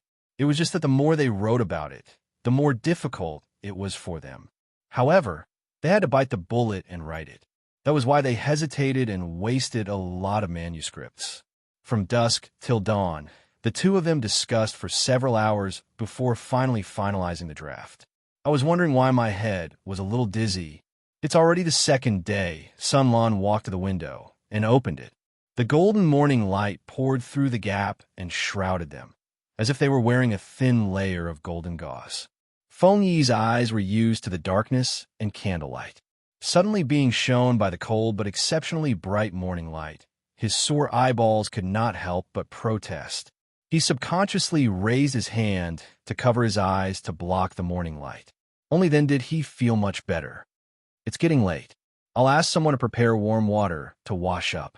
After washing up, he would catch up on his sleep lest he suddenly died from cultivating all night. Feng Yi slowly got up from the mat. Although he was careful, his mind was a little muddled. His feet were so soft as if he was stepping on cotton. Before he ordered, the servant informed him that the eldest lady of the Feng family and the eldest lady of the Qiguan family had come to visit. "Why is Jingwei here?" Changsheng was understandable because the two families lived very close to each other. Changsheng liked to visit Feng Yi to play since he was young. However, Jinghui could not understand. The relationship between the two families was not that close. She came to visit early in the morning. Thinking of this, his slow brain finally thought of someone. Feng, he turned his gaze to Sun Lan, who was immersed in cultivating. Her reaction was even slower than his. She was still in a state of confusion. He thought that he knew the main reason why Qiguan Jinghui suddenly came to visit. Wash your face. Don't go out to meet people with an oily face and dull eyes. Even though they were so familiar with each other, the young man still did not want the woman to see his oily face and unwashed eyesores. Even if these two were handsome young men, which young man who could make a young girl yearn for love hadn't been carefully groomed? Brother Rongli, I'm here to find you. Cheerful voices drifted into the room, dispersing the originally heavy atmosphere, as if injecting vitality into the air. By the time Changsheng and Lu Ta arrived, Feng Yi and the others had already been served by the servants to wash their faces with warm water. When the warm and steamy towels touched their faces, they quivered and their muddled minds became slightly clearer. She carefully brushed her teeth twice with dental powder, rinsed her mouth with warm water, combed her long hair again, and put on the accessories on her waist. Not long after, there were two fresh and refreshing young men. Why are you here so early? Feng, he only came out to meet him after she was done tidying up. Have you had breakfast? Changsheng said. Not yet. Feng, he took the opportunity to say, then let's have breakfast together before we talk about anything else. Brother Rongli, look at the dark circles under your and Lan's eyes. You were so worried that you didn't sleep last night? Changsheng smiled and squinted her eyes. Her smiling eyes glanced at the dark circles under their eyes, and then looked at their low spirits. She immediately guessed that these two companions had been cultivating for an entire night. However, the gloating in her words was too obvious. Feng, he knocked on her head. Great, the two of you came all the way here just to see how pathetic the two of us are? Changsheng smiled and said, this is just along the way. I originally wanted to imitate Sister Jinghui and give Brother Rongli a difficult problem. Feng Yi's smile froze. Now, when he heard the word difficult, he was a little afraid. If Qiguan Jinghui did not set a good example for Changsheng, how could she teach bad people? Without waiting for him to say anything, Changsheng used a handkerchief to gently stroke the dark circles under his eyes and said with distress, after seeing you, I can't bear to do it. Although he didn't say any warm words, those few simple words made Feng Yi feel warm. Look, Changsheng was the cute one. Qiguan Jinghui was the Rakshasa wearing a cute fake skin. Sun Lan looked at the two, showing off their affection as if there was no one else around. He faintly had the illusion that his stomach was bloated. He was not a fool. If he did not show his misery to gain sympathy at this time, then when would he do it? After the four of them had breakfast, Changsheng asked, how does Lan plan to solve the problem raised by Sister Jinghui? Sun Lan took out a few pieces of paper from his sleeve. He was a little perturbed. This was the answer sheet that he and his companions wrote after staying up all night cultivating. Qiguan Jinghui did not really force him. She was just making things difficult for him. It did not matter if Sun Lan could not achieve it, as long as he had the intention. Seeing that Sun Lan really took out the answer sheet, she was a little curious and wanted to take a look. She did not know how many points the two scholars in front of her could produce after a night of painstaking effort. Changsheng also came over to take a look. The two were originally smiling, but the more they read, the more serious their gazes became. At the end, Changsheng said no. Jinghui folded the few pieces of paper neatly and said, I don't agree either. The Golden Scale Academy taught everything. The teachers paid more attention to the combination of teaching materials and practical matters. The higher the grade, the closer the content was to the real situation. Jinghui and Changsheng were not in the same grade, but their grades were among the best in the Golden Scale Academy. They were taught by the great scholars in school, and at home, they had their families to give them special attention. It was understandable that they were not excellent. Changsheng was born in the Feng family. Her grandfather, Feng Run, was one of the big shots in the Golden Scale Academy. It was too easy for her to give them special attention. Qiguan Jinghui's grandfather was the great scholar in Hejian, Wei Yuan. Old Master Wei Yuan also moved here to retire, and he could teach his granddaughter at the same time. Even though the two had not really finished their apprenticeship, their political sense was not inferior to Feng Yi's. Because of their family background, they were even more sensitive. After reading the contents of the booklet, they knew what made Feng Yi and the others stay up all night. The more they read, the more frightened they were, so they immediately rejected it. Do you know what will happen to you if the contents of the booklet are leaked? Changsheng showed a rare solemn expression. This booklet involves the interests of too many people. Those whose interests are at stake can't touch Duke Lanting, but it's easy for them to touch you. It was not as simple as having two heads of household. There were also suggestions for tax changes. When it comes to taxes, once it's started, it can't be stopped. Just by looking at the first few suggestions for changes, Changsheng knew that if this thing was leaked, it would bring disaster to Sun Lan and the others. Even if they had the protection of their elders, as long as there was such a stain, their future career would be in jeopardy. Jingwei also regretted it. If she had known that Sun Lan would have this idea, she would not have used this to make things difficult for them. It would have been better to use a gentle method to have a good conversation. She knew Sun Lan's temperament, so Qiguan Jinghui was not worried that she would waste her life in the backyard like other women. Chapter 1745. Sun Lan said, I've discussed it with Rongli. This matter involves a lot of people. It's not convenient to do it openly, so we can only do it secretly. If it was done openly, there would be many people who would come into contact with this booklet. The news could not be hidden. If it was in the form of a secret booklet, the contents could only be seen by the trusted ministers and the Lord. Compared to the former, the latter was much more confidential. Changsheng couldn't help but frown. If it's just for Sister Jinghui's test, you don't have to do this. If it was not good enough, they would make countless enemies, but they might lose their lives. Feng Yi said, at first, it was because of this. But after the secret booklet was written, I realized the meaning was more than that. Changsheng was a little anxious, but she still restrained herself and listened to Feng Yi's explanation. Feng Yi said, I remember, before Lan and I followed the army, the topic of the last lesson taught by the headmaster of the academy was the cause of troubled times. The headmaster asked us to explore the root cause of troubled times. If I remember correctly, the headmaster even compiled it into a book. Changsheng nodded. She was also a senior student, and the content of her studies was more relevant to current politics. She had also taken similar courses. Feng Yi continued, I remember that many of my classmates said that the royal family was greedy for the desolate silver, and that it was their fault that caused the world to be in chaos. Some said that the officials were in cahoots with each other, causing the common people to suffer. Some even said that natural and man-made disasters occurred frequently, causing the common people to turn into mobs. Dongxing was like this, Nanxing was like this, but is the answer to this question so shallow and simple? Changsheng said, of course not. These are only part of the reason, but not the main reason. Coincidentally, Changsheng had taken the same course a while ago. She asked her grandfather for special tutoring and learned a lot from this wise old man. What caused the country's destruction could not be a local factor, but something related to the whole. Feng Yi said, I think so too. After entering the military camp, I consulted a few military counselors and had a different opinion. Military counselor Qiguan once mentioned the problem of the national treasury in the last years of Dongqing.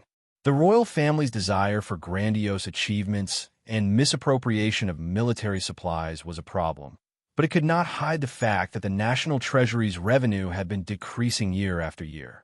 This money was not enough to satisfy the royal family's extravagance. How could there be extra money to equip the military supplies? The problem was, according to the most recent census, before Dongqing was destroyed, the population did not decrease but increased. However, the tax revenue of the national treasury did not increase but decreased. Which part of this place was a problem? Just because someone embezzled tax money and filled their own pockets? How could it be so simple? Changsheng said, Brother Rongli, it's not that we haven't thought about it. but no one dares to make a move. Changsheng had naturally thought about what Feng Yi said. Under her grandfather's guidance, she also analyzed a lot of the content. Even if his understanding wasn't as deep as Feng Yi's, his general direction was correct. Because the five kingdoms were all split from the Great Xia dynasty, the tax and labor system of each kingdom was similar, only the details were different. The so-called tax was levied on the land, while the labor was levied on the heads of people. It could be material objects or manpower. For example, Dongqing's tax and corvée system was rather complicated. On the whole, it still followed the template of the Xia dynasty. Not only were there many programs for young adults to serve, but they were also very strict.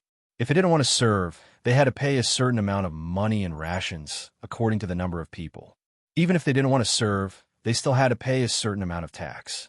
There weren't that many types of taxes, but it was still very deceptive. The land tax was based on a certain percentage of the average output of the occupied land. What did it mean to occupy land? The average area of the land occupied by a family. For example, Father Ma had 1 billion yuan, and poor A had 0 yuan. The average savings of the two were 500 million yuan. It was even easier to understand the percentage of the output per mu.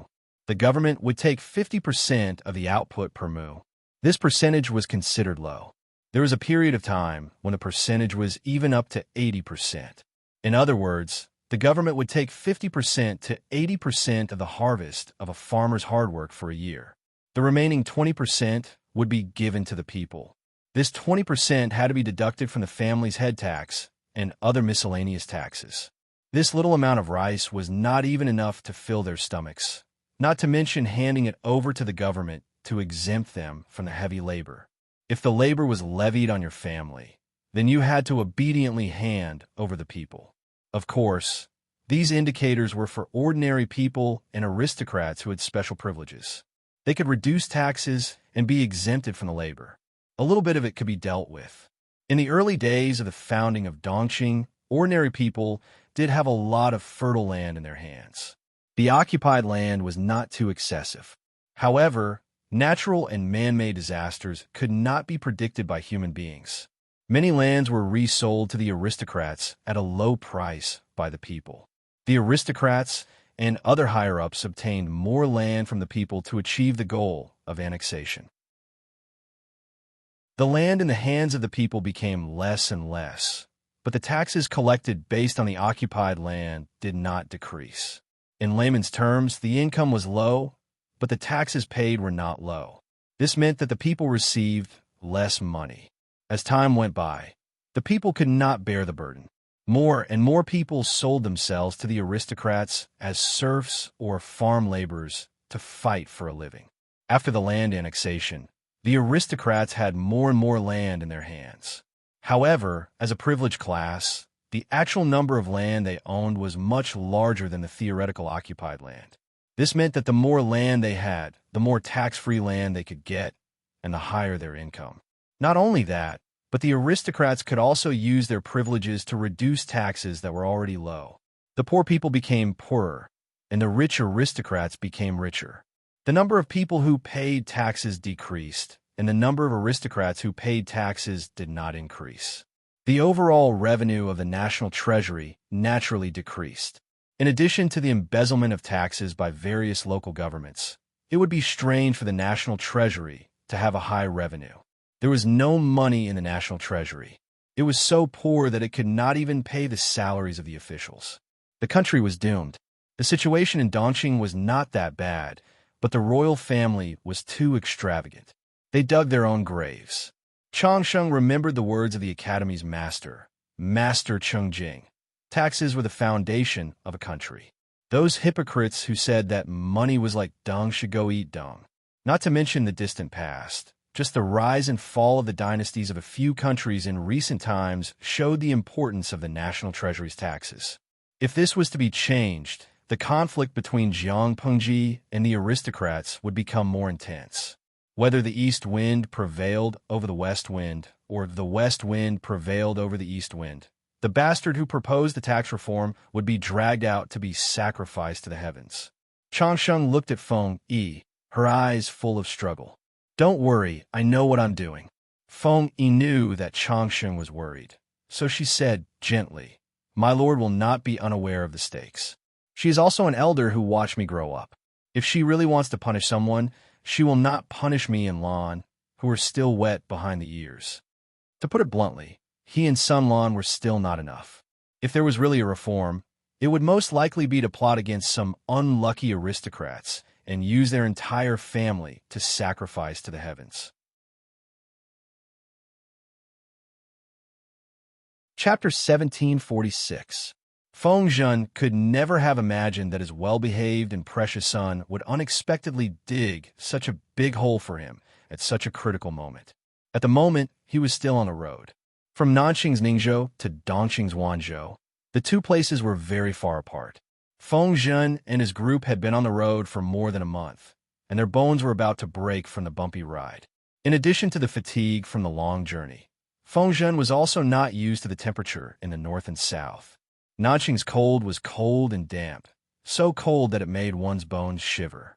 Dongqing's cold in winter was an overwhelming snowstorm, so one had to be fully armed just to go out. When they arrived in Wanzhou, it was less than a month before New Year's Eve. Most people were cooped up at home for the winter, so there were very few people on the road.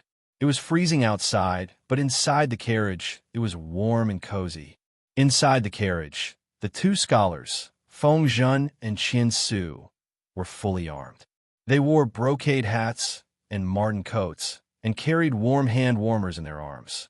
Qian Su was a southerner who grew up in a warm and watery place. When had he ever seen such heavy snow in the north?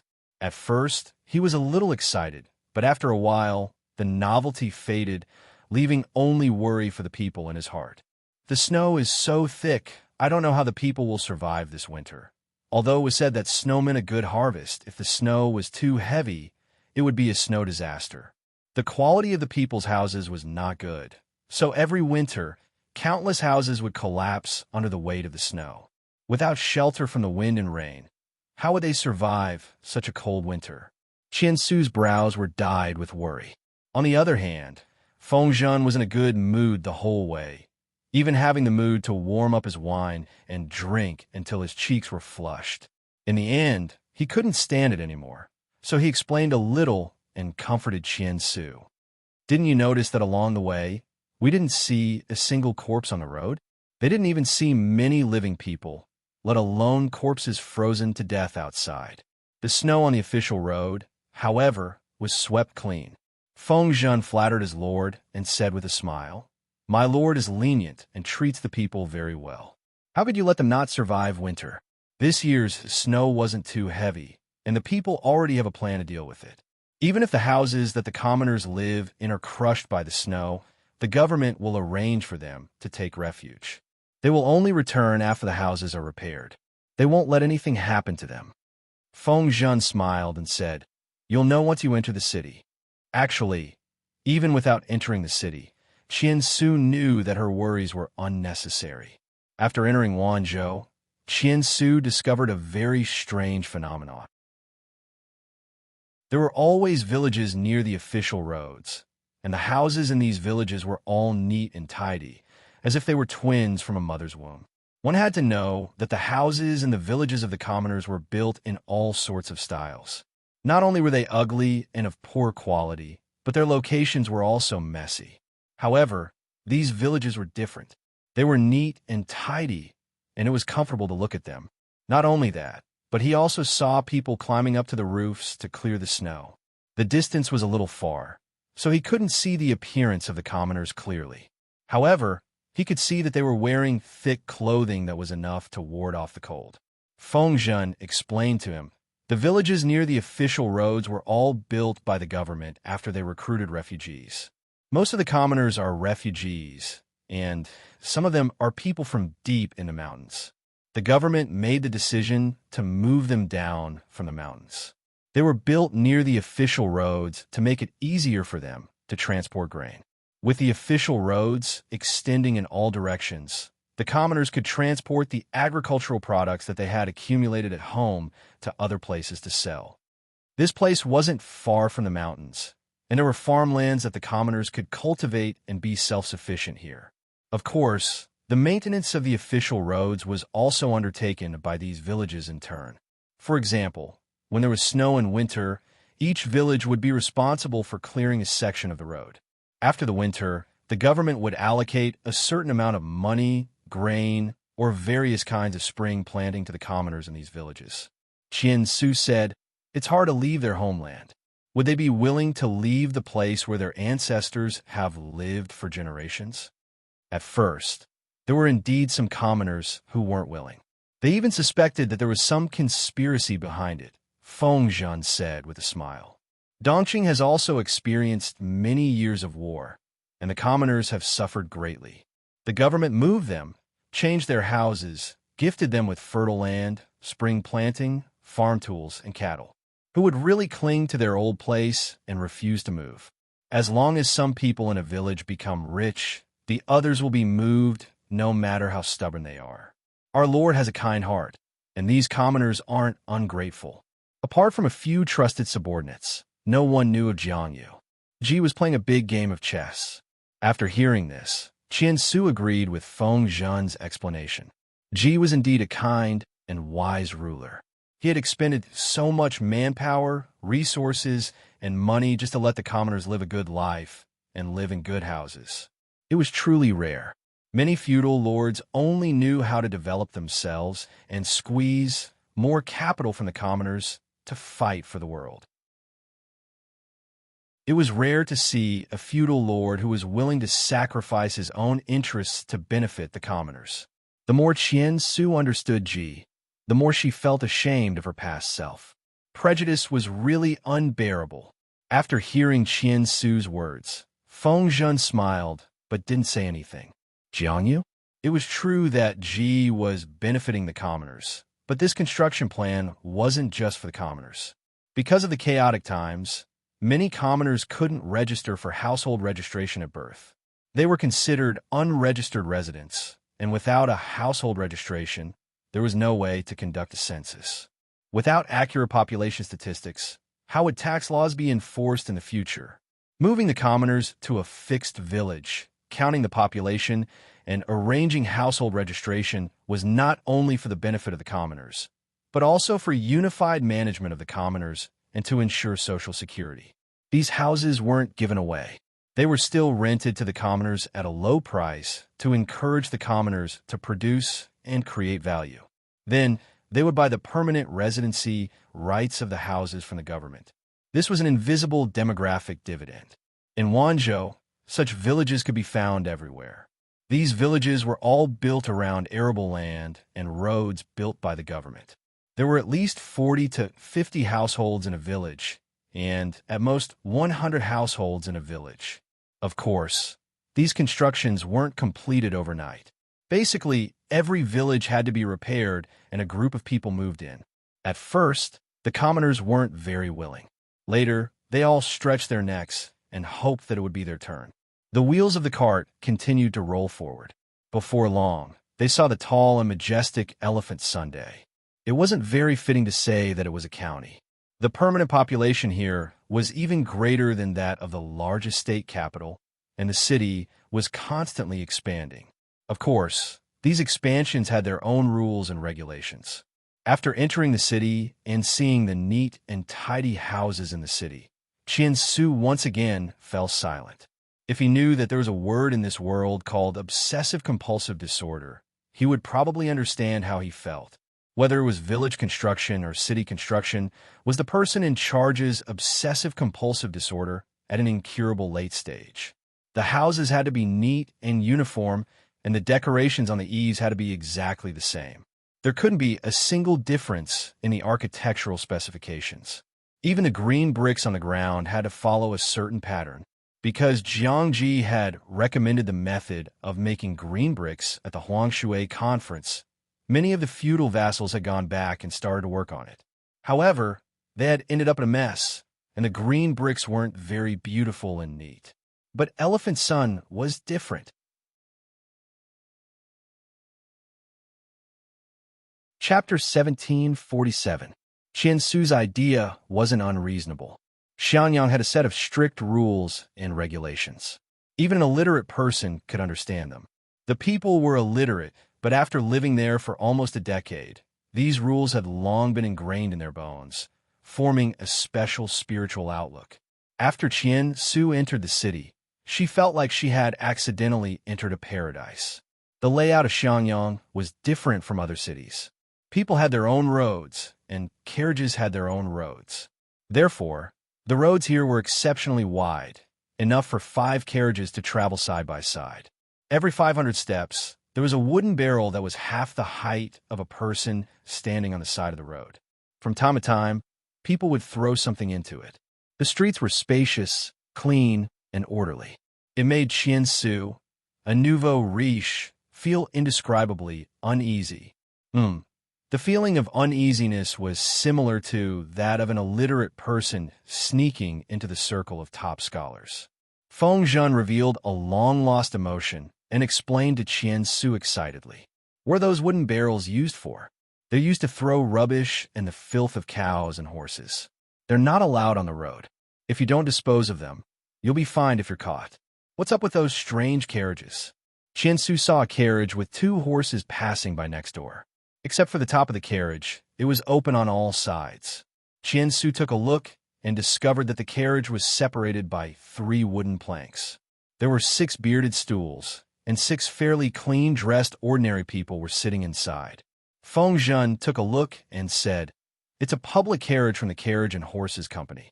According to the ancient system, 1 carriage for the commoners, 2 for the scholars, 3 for the officials, 4 for the officials, 5 for the feudal lords, and 6 for the emperor." Qian Su's brows furrowed. She said unhappily, "Judging by their attire, they're obviously commoners. How are they qualified?" "That's true, but 1 horse can't pull 6 people," Feng Zhen said. At first, there were indeed scholars who objected, but with the Lord's personality, she's always amenable to coaxing but not coercion. The Carriage and Horses Company is also beneficial to the people. What's wrong with 2 horses? Xiangyang was getting bigger and bigger. There were more and more people living here. The north, south, east, and west were separated by a long distance.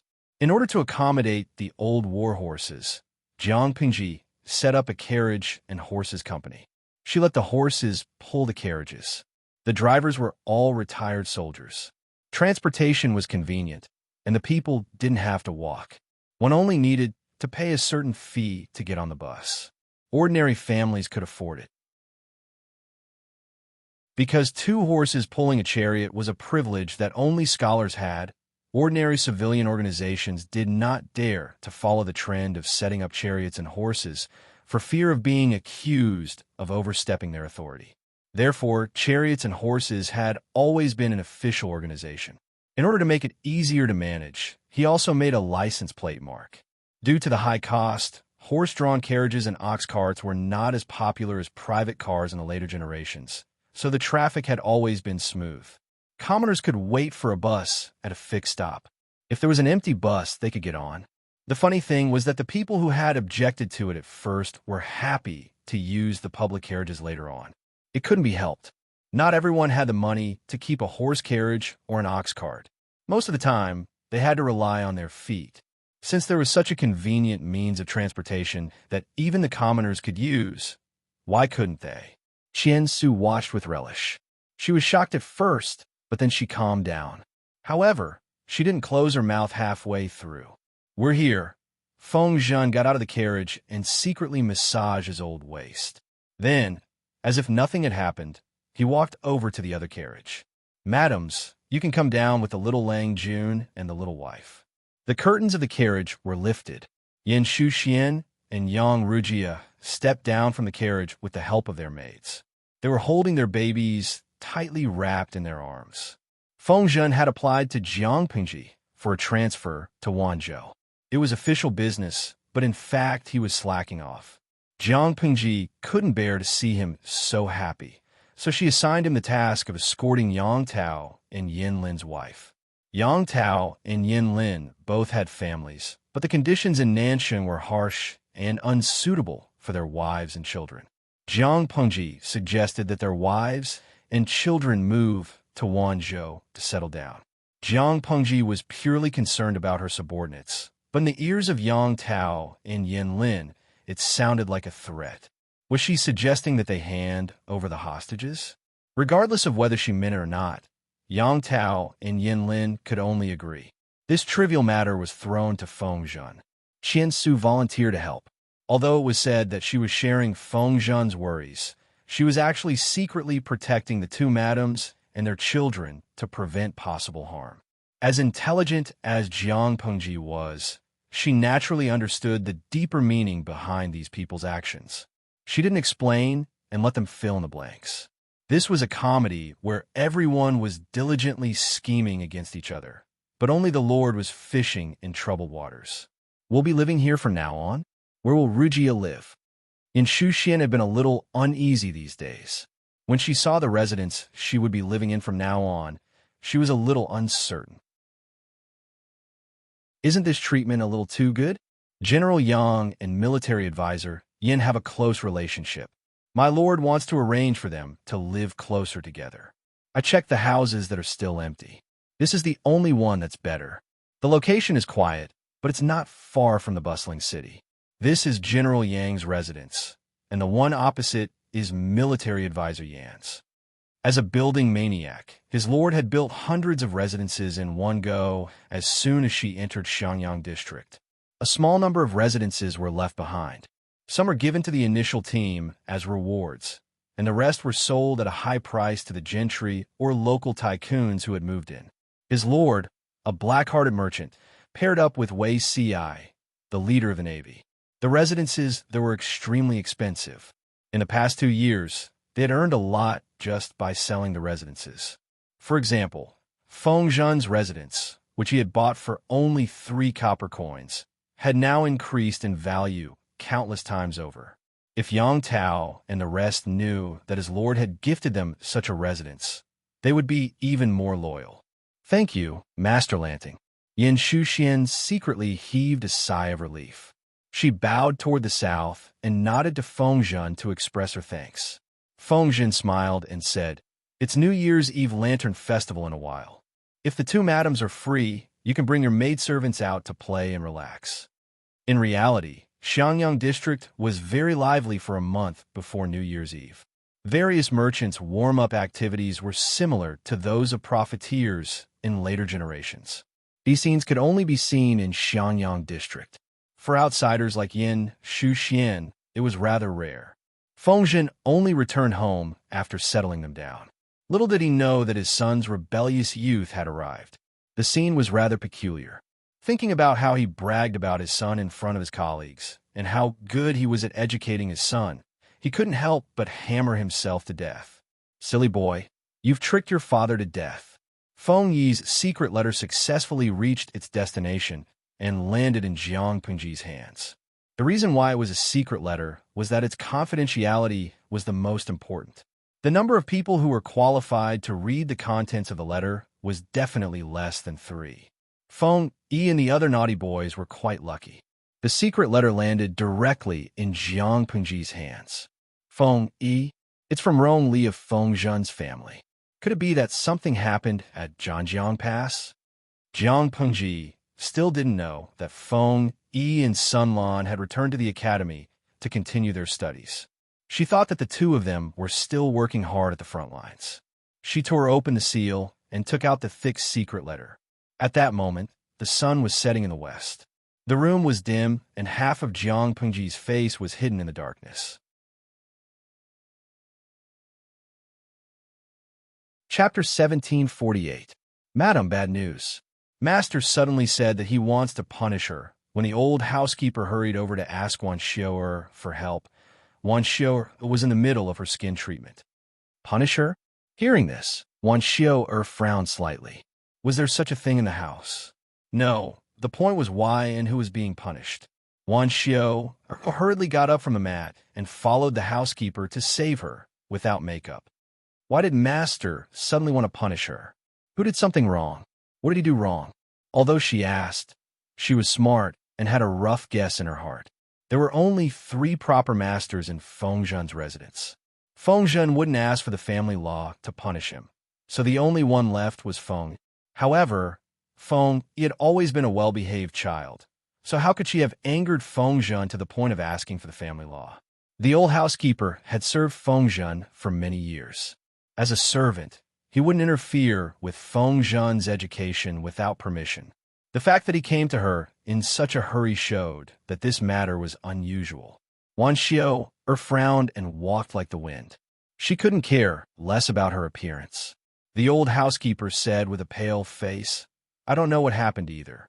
I only know that eldest Lang Jun said something to Master." Master suddenly flew into a rage. Not only did he want to punish eldest Lang Jun, but he also said that he would personally whip eldest Lang Jun to prevent him from causing trouble again. Wan Xiao was shocked. Cause a great calamity? This crime could have been committed on anyone, but he had watched Rong Li grow up. As his father, how could he not know Rong Li's temperament?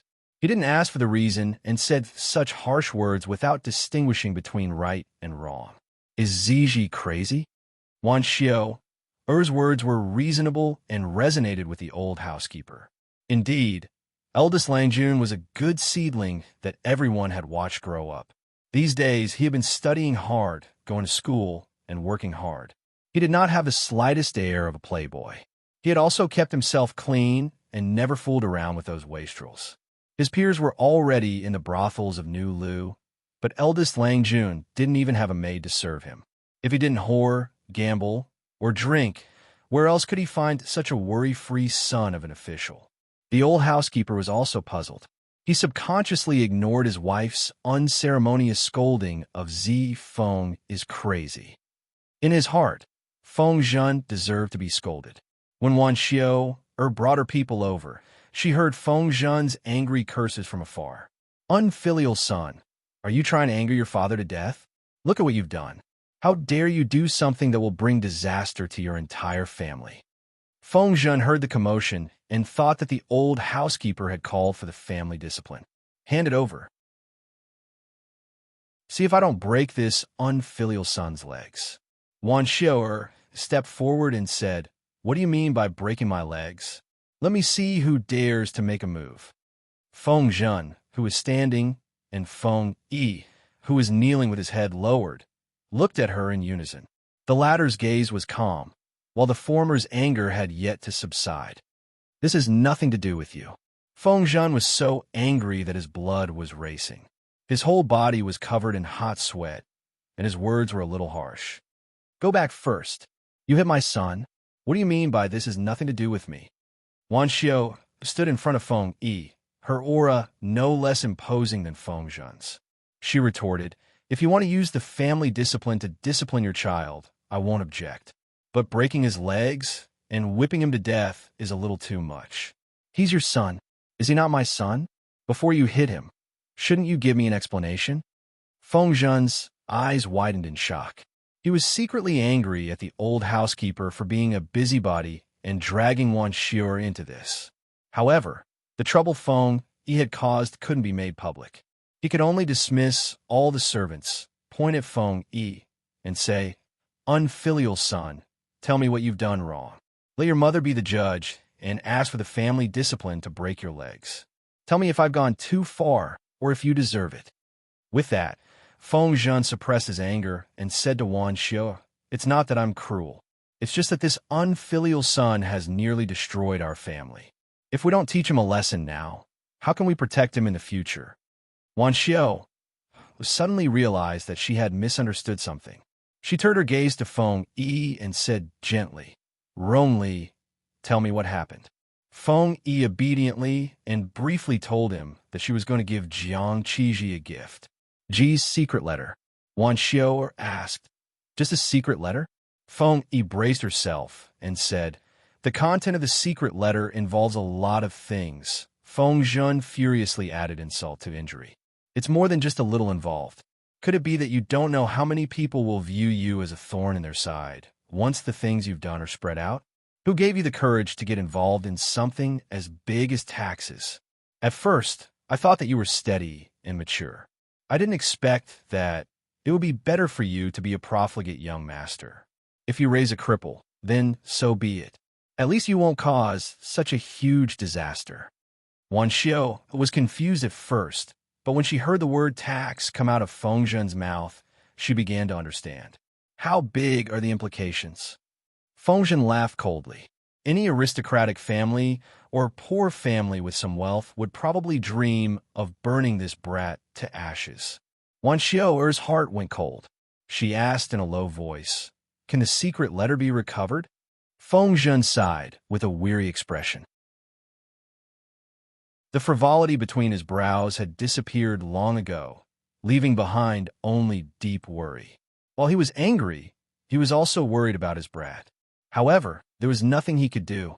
"We can't recover it. It's too late. I'm afraid that the secret letter has already reached the master's hands." Feng Zhen was angry that his son had caused trouble, but he was even more worried that Feng Yi would be captured by his master to be sacrificed to the heavens. Even if the master didn't sacrifice this brat to the heavens, the victims who had their cake touched by the master would secretly seek revenge. Feng Yi said, "Father," Feng Zhen said angrily, "Stop shouting. I don't have an unfilial son like you. Now you remember that I'm your old man? Why didn't he think more when he caused trouble? Such a troublesome son should be beaten to death. If he and his wife worked hard, they might even be able to create a new account." Feng Yi had been a little nervous at first, but when she saw Feng Zhen's attitude, she calmed down. "Father, your son thinks that things might not be as serious as you think." Feng Zhen laughed coldly. "I've eaten more salt than you've walked. You want to show off your intelligence in front of your father? You're still too young." Feng Yi said, "Your son just feels that the master is different from the previous wise and virtuous rulers. Even if you flatter her now, she won't hear it, and she won't let you off. The master is indeed different, but she is also—" At this point, Feng Zhen felt a headache coming on and raised his hand to rub his forehead. Sentimental and nostalgic feudal vassals couldn't go far. His master maintained a frightening level of rationality 24 hours a day. If the heaven sacrificing ceremony could achieve the greatest benefits, she wouldn't be merciful.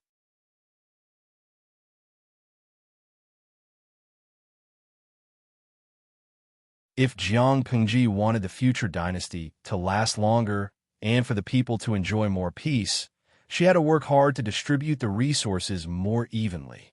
If it was divided evenly, it meant that the guy who had 99% of the resources would have to take out the things in his pocket. No one was a saint. It was impossible for the landowning households to benefit from this. Jiang Pengji wanted to think of a way to slow down the annexation of land. In essence, she was affecting the fundamental interests of this class. Moreover, she had also established the Golden Scale Academy and vigorously promoted education. She was challenging the aristocratic class's monopoly on education underscore, smiley face, angle, underscore. Interestingly enough, if one were to get to the bottom of it, the noble landowning families were once powerful landowners. Through repeated political investments and gambles, they obtained political and economic privileges. After a few generations of operation, they started from the local government and gradually got involved with the central government. They gained a firm foothold and gained more rights to speak. They huddled together and grew rapidly. They annexed countless lands and enjoyed various privileges. Gradually, they became famous families in later generations. The cake was limited. If they wanted to enjoy more benefits, they had to kick down those who tried to climb up to share their cake. Therefore, the monopoly of officialdom and culture came into being. Jiang Pengji wanted to break this monopoly. It was useless to simply rely on violence, killing people, and crushing them. Without this group of landowning households, the poor who climbed up would also become the new nobles. It would multiply and multiply endlessly. Don't think that the poor would represent the masses and fight for the interests of the people just because they suffered from the disdain of the landowning households. The poor would only work hard to climb up and join the group of landowning households. They would transform into a new class of exploitation with a peace of mind. Therefore, Jiang Pengji really had to deal with not only the landowning households, but also the new nobles who were born poor. The Golden Scale Academy and the promotion of culture and education were to break the cultural monopoly. The imperial examination to select scholars was introduced in the future to break the monopoly of officialdom. Of course, The audience in the streaming room also said that the imperial examination to select scholars had its pros and cons. Jiang Pengji still needed to do more research. She tried to integrate the examination and teaching system of the Federation in her previous life and transform it into a new system that could adapt to this era. At least, she had to let the people at the bottom see the hope of changing their fate. As long as the source of officials was expanded, it would naturally have an impact on the monopoly of the landowning households. The new nobles would thin out the original cake of the landowning households. However, Jiang Pengji not only had to guard against the landowning households, but she also had to guard against the new nobles. Therefore, how to control them reasonably and narrow the gap between them and the ordinary people was the most important thing. As this problem surfaced, the reform of taxes and corvée was inevitable. The original system of taxes and corvée gave the landowning households a green light. It made them richer and the poor people poorer. The pace of land annexation was getting faster and faster. In the end, the land in the hands of the people would all be in the hands of the landowning households. The balance of resources would be completely tilted. If it was another era, the tax rate of the rich could be increased and a high inheritance tax could be set so that the gap between the rich and the poor would not be too big. However, in this era, inheritance tax could not be counted on. It was also difficult to implement a high tax rate for the exploitative class. After all, the people who made the laws were the evil exploitative class. If she did that, she was afraid that more than half of her confidants would betray her. She was not that reckless, so she had to change her way of thinking. While reducing the burden of the people as much as possible, she would create income for them. At the same time, she could achieve her goal of defeating the local tyrants by cooking frogs in warm water. The existing system of taxes and corvée was definitely not feasible. It was one of the accomplices of land annexation. Compared to the landowning households and commoners, the ordinary people were the weak. It was difficult for them to keep the land in their hands. Jiang Pengji made a clean cut. She made all the land belong to the state and used this to curb land annexation. Rather than saying it belonged to the state, it was better to say that it belonged to the royal family. This required a firm fist. So far, Jiang Pengji had done a good job in this aspect. She plundered wherever she went. On this basis, the miscellaneous tax items related to the land tax would be merged into the land tax. This would reduce the workload of the government in collecting taxes and reduce the complicated links. This would also reduce the risk of tax evasion. The people would rent land of varying sizes from the government according to the number of people in their families. The land tax would be based on the people's annual harvest. The more they farmed, the more they harvested, the more taxes they paid. If this decision were spread, the landowning households and commoners would collectively explode. Jiang Pengji thought about it and wrote a letter to Feng Zhen.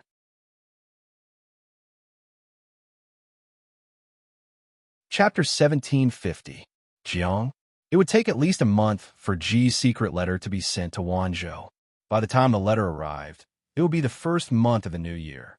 Feng Zhen was worried about his naughty son, but it was rare for the family to be together for the new year. He couldn't keep his son locked up. Under Wan Xiu'er's persuasion, Feng Zhen finally let go of Feng Yi, who had been locked up for 2 days. But he was a petty person. No matter how he thought about it, he was unhappy. His naughty son had made such a big mistake, but he couldn't scold or hit him. It was so frustrating. In the end, Feng Zhen went to the academy's teacher as a parent. He hoped that the teacher in charge of teaching would give Feng Yi more homework. It would be best if he could drown in a sea of questions. Feng Yi was only locked up for 2 days. To outsiders, it was said that he had caught a cold. His character and style were too good, so outsiders didn't think much of it. On the other hand, Changxing's few insiders were on tenterhooks for 2 days.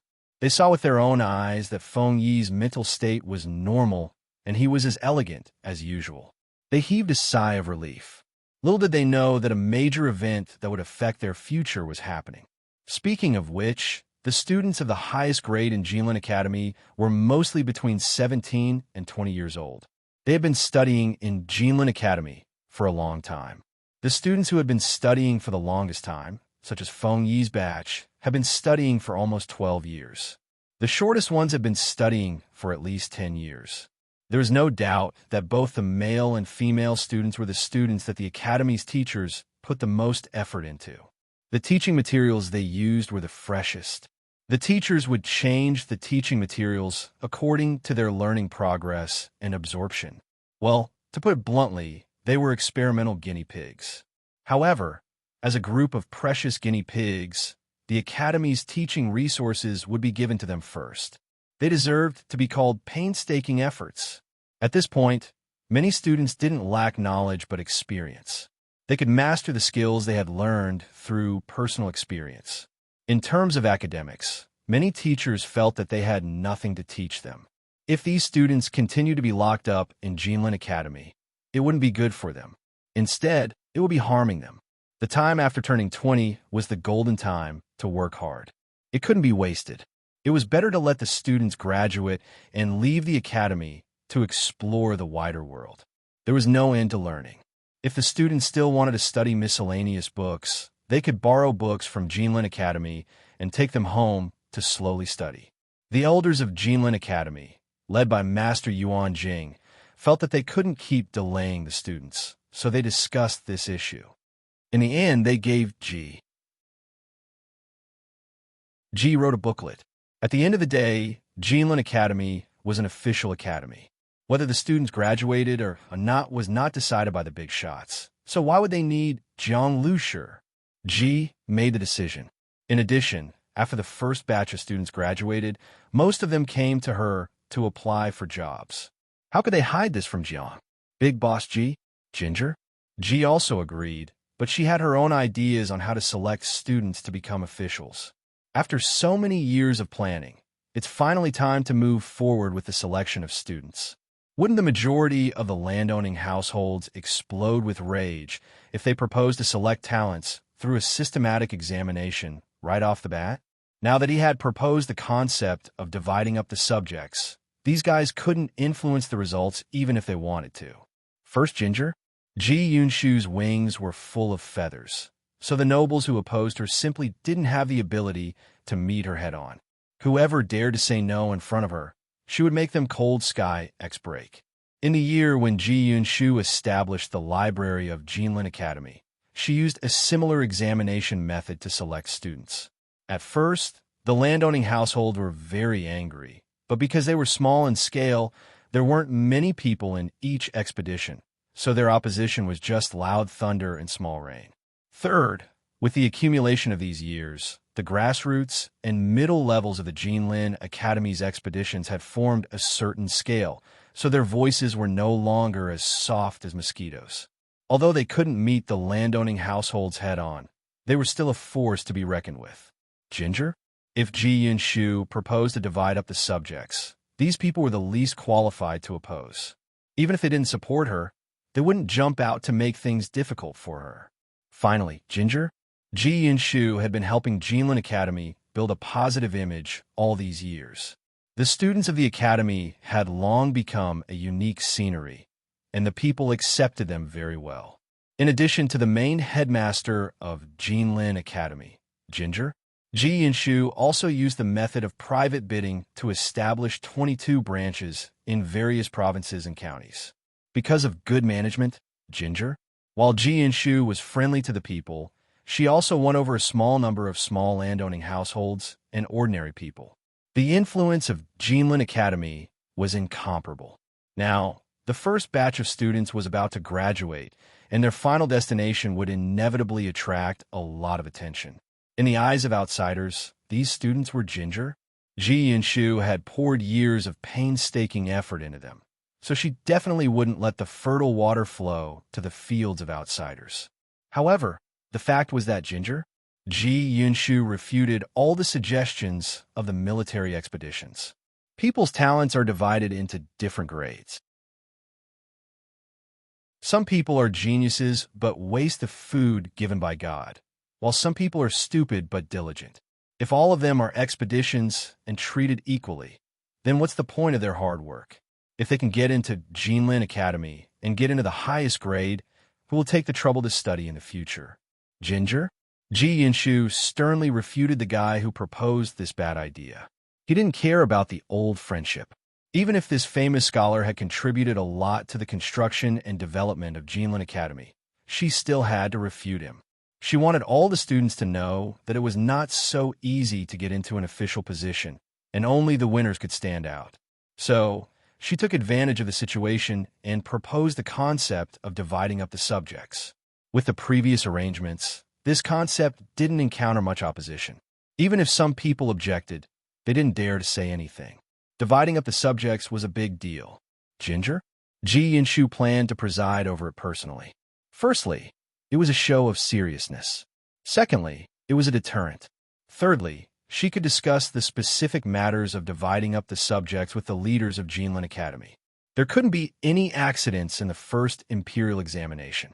She threw the matters of Nansheng to Fu Wang, Yang Si, Yang Tao, and Yin Lin. Yang Tao and Yin Lin were rendered speechless by her actions. A year ago, Yang Tao was still fighting with Ginger. Now, he was going to hand over the entire situation of Nansheng to them. She was too ambitious. Even if Fu Wang was the commander, Yang Si, Xieze, and Li, a few important ministers were watching over them, but it was undeniable that Yang Tao had a lot of military power.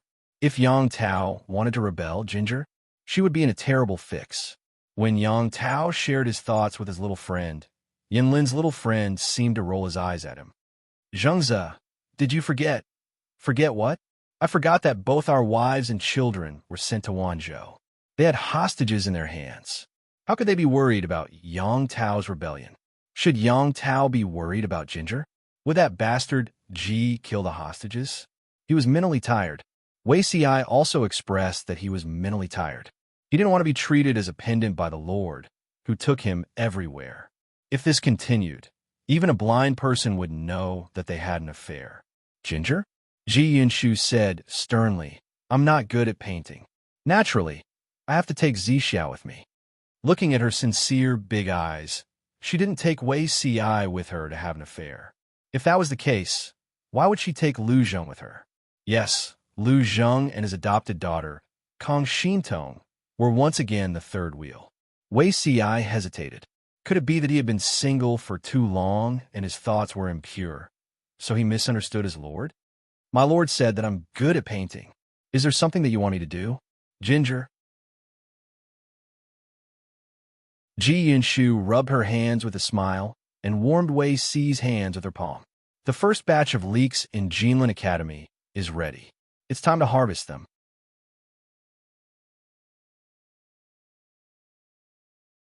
Chapter 1751. Jiang Pengji continued. Previously, Master Yuanjing wrote to me and asked for my opinion. He said that the highest-ranking students of the Golden Scale Academy have reached the age of graduation. If they continue to stay in the academy, they will only be wasting their best years. They might even become useless. It's better to let them graduate and go out to explore the world. I think it makes sense. However, graduation is a big event. We have to make it look good. I want to design clothes that are exclusive to the graduating students. The clothes and accessories must have a certain meaning to deepen the students' sense of identity and belonging to the Golden Scale Academy. Apart from that, I also want to make a graduation certificate as proof that they have graduated from the academy. Wei Ci was used to his lord's occasional ideas. He had made graduation clothes and certificates in his previous life. Wei Ci was not surprised at all. However, Wei Ci said, this matter has a heavy meaning. I think it's better for you to design it yourself. Having been the leader of the Internet Water Army for so many years, Wei Ci's control of people's hearts was as pure as fire. He knew that some casual actions could win people's hearts. The effect was no less than throwing money and being courteous to the wise. He could draw the finished product, but it was best for Jiang Pengji to design it herself. The effect would be the best. Underscore, smiley face, angle, underscore anyway. The students of the Golden Scale Academy had been wearing the school uniform designed by his lord for more than 10 years. The graduation clothes would also be designed by his lord. There was a beginning and an end. Wei Ci knew his lord's aesthetic standards. She would definitely make the students handsome, beautiful, and immortal. Zixiao is right. I can design it too. Jiang Pengji thought of the clothes she had seen before and shook her head secretly. They were too ugly. Even if they were designed by the big shots, Jiang Pengji could touch her conscience and say that ugliness was an original sin. She hoped that this batch of students would be handsome, beautiful, and immortal in the annals of history. She wanted future generations to see how good her aesthetic standards were. Hashtag being good or bad is temporary, but being handsome and beautiful is forever. Omega hashtag at that moment. Jiang Pengji's inspiration came. The men's graduation clothes were mainly robes with a round collar. They did not choose the current popular style because the round collar with narrow sleeves would save more fabric. The female's graduation uniform was based on a high-waisted skirt. The sleeves were also chosen to be narrow, and there was an extra top on top. The tip of the skirt was painted with the patterns of mountains, rivers, cranes, and pines and bamboos. The Golden Scale Academy's iconic cloud patterns would definitely not be lacking. Of course, Jiang Pengji also added green willow patterns on the cuffs to symbolize the Liu family. But in the center of the vest, there was a cartoonish round face of an iron-eating beast. Wait! Wei Ci was stunned as he watched. Your Highness, I'm afraid this isn't appropriate. Jiang Pengji said, what's wrong? In the future, this iron-eating beast face will become a new clan tattoo. To allow the students of the Golden Scale Academy to use the clan emblem that only the royal family could use, how glorious was that for the scholars of this era? This would establish the unique position of the Golden Scale Academy, and at the same time, tie it firmly to the royal family. Jiang Pengji never suffered any losses. She was scheming, and her tricks were hard to guard against. Wei Ci was speechless. It was one thing to use this iron-eating beast face as the emblem of the royal family in his previous life, but he was doing it again in this life. The iron-eating beast is a symbol of power. After all, it's a ferocious beast that followed Qi Yu in his expeditions. Jiang Pengji's words were pure lies. She took a fancy to the iron-eating beast only because it looked too cute. Wei Ci hesitated and said, Then, Your Highness, if you tattoo it on the clothes of the students, someone spouted nonsense righteously and sternly. It means that the scholars who graduate will be loyal to the emperor and the country. They will follow Qi Yu like a ferocious beast and will be the pillar of the country. In addition, on this day, they are allowed to wear clothes with the royal family emblem, which further symbolizes that they are the disciples of the emperor. Wei Ci was speechless. I almost believed your words. He realized that even though he had been reborn, his ability to lie through his teeth was still inferior to his lord's. Under Jiang Pengji's strong arguments, she retained her opinion, but the accessories, such as hair accessories and waist accessories, were made by Wei Ci. He was really worried that his lord would make other messy things. Lu Zheng and his daughter smiled and did not say anything. On the way to Wanzhou, Lu Zheng picked up his wife and son along the way. Wait, haven't you been single until now? When did he stop being single? Because the two lives were different, Wei Ci could not guarantee that Lu Zheng's family had not been destroyed by the butterfly's wings. These days, Lu Zheng had been alone, and there was no mistress in the manor. Wei Ci thought that Lu Zheng was still a single middle-aged man. Lu Zheng said coldly, getting married and having children is an important matter related to the continuation of the family line. Apart from you, who else in the world is still single at this age? Wei Ci was speechless. He took an arrow to the knee _ smiley face, angle, _ Lu Zheng quickly added insult to injury and sneered, Oh, my lord too. She did not give him a single young lord. There was no young lord at all. It was better to bury this couple. Jiang Pengji, who had been urged to get married all these years, continued to be indifferent. Wei Ci also pretended to be deaf and mute. Lu Zheng successfully picked up his wife and son. The couple had been separated for a long time. At this time, they had endless things to talk about. They directly left their annoying son to Kong Shintong to take care of. Because the journey to Wanzhou was too far, they would have to spend the New Year's Eve on the way. As the new year was approaching, The teachers in the academy were not as strict with the students' education as usual. The students in the lower grades continued to review the old and learn new things, while the students in the upper grades focused on self-study and discussion. Feng, he always came to the classroom early. His diligence made the other students in the elite class sigh in admiration. Feng, he was so hardworking because he felt that he could not keep up with his classmates since he had been suspended from school with the army for 2 years. He needed to work harder. The other students did not want to be overshadowed by Feng Yi, so they put in more effort. For a while, the atmosphere of studiousness was set off in the class, which made the teachers feel gratified. Feng Yi's behavior made the unlucky Sun Lan suffer. The Golden Scale Academy required ordinary students to stay in the dormitory. They could only see their parents once a month in the reception pavilion and return home once every 6 months. The student dormitory was in the Golden Scale Academy. The boys lived in the south of the academy, while the girls lived in the north. They were not allowed to approach the dormitory of the opposite sex without permission. Ordinary students had the advantage of being close to their dormitory when they went to class, but special day students like Feng, he had to wake up earlier because they lived outside the school. Feng, he was always able to arrive an hour before the start of the morning reading period. One could imagine how early he got up.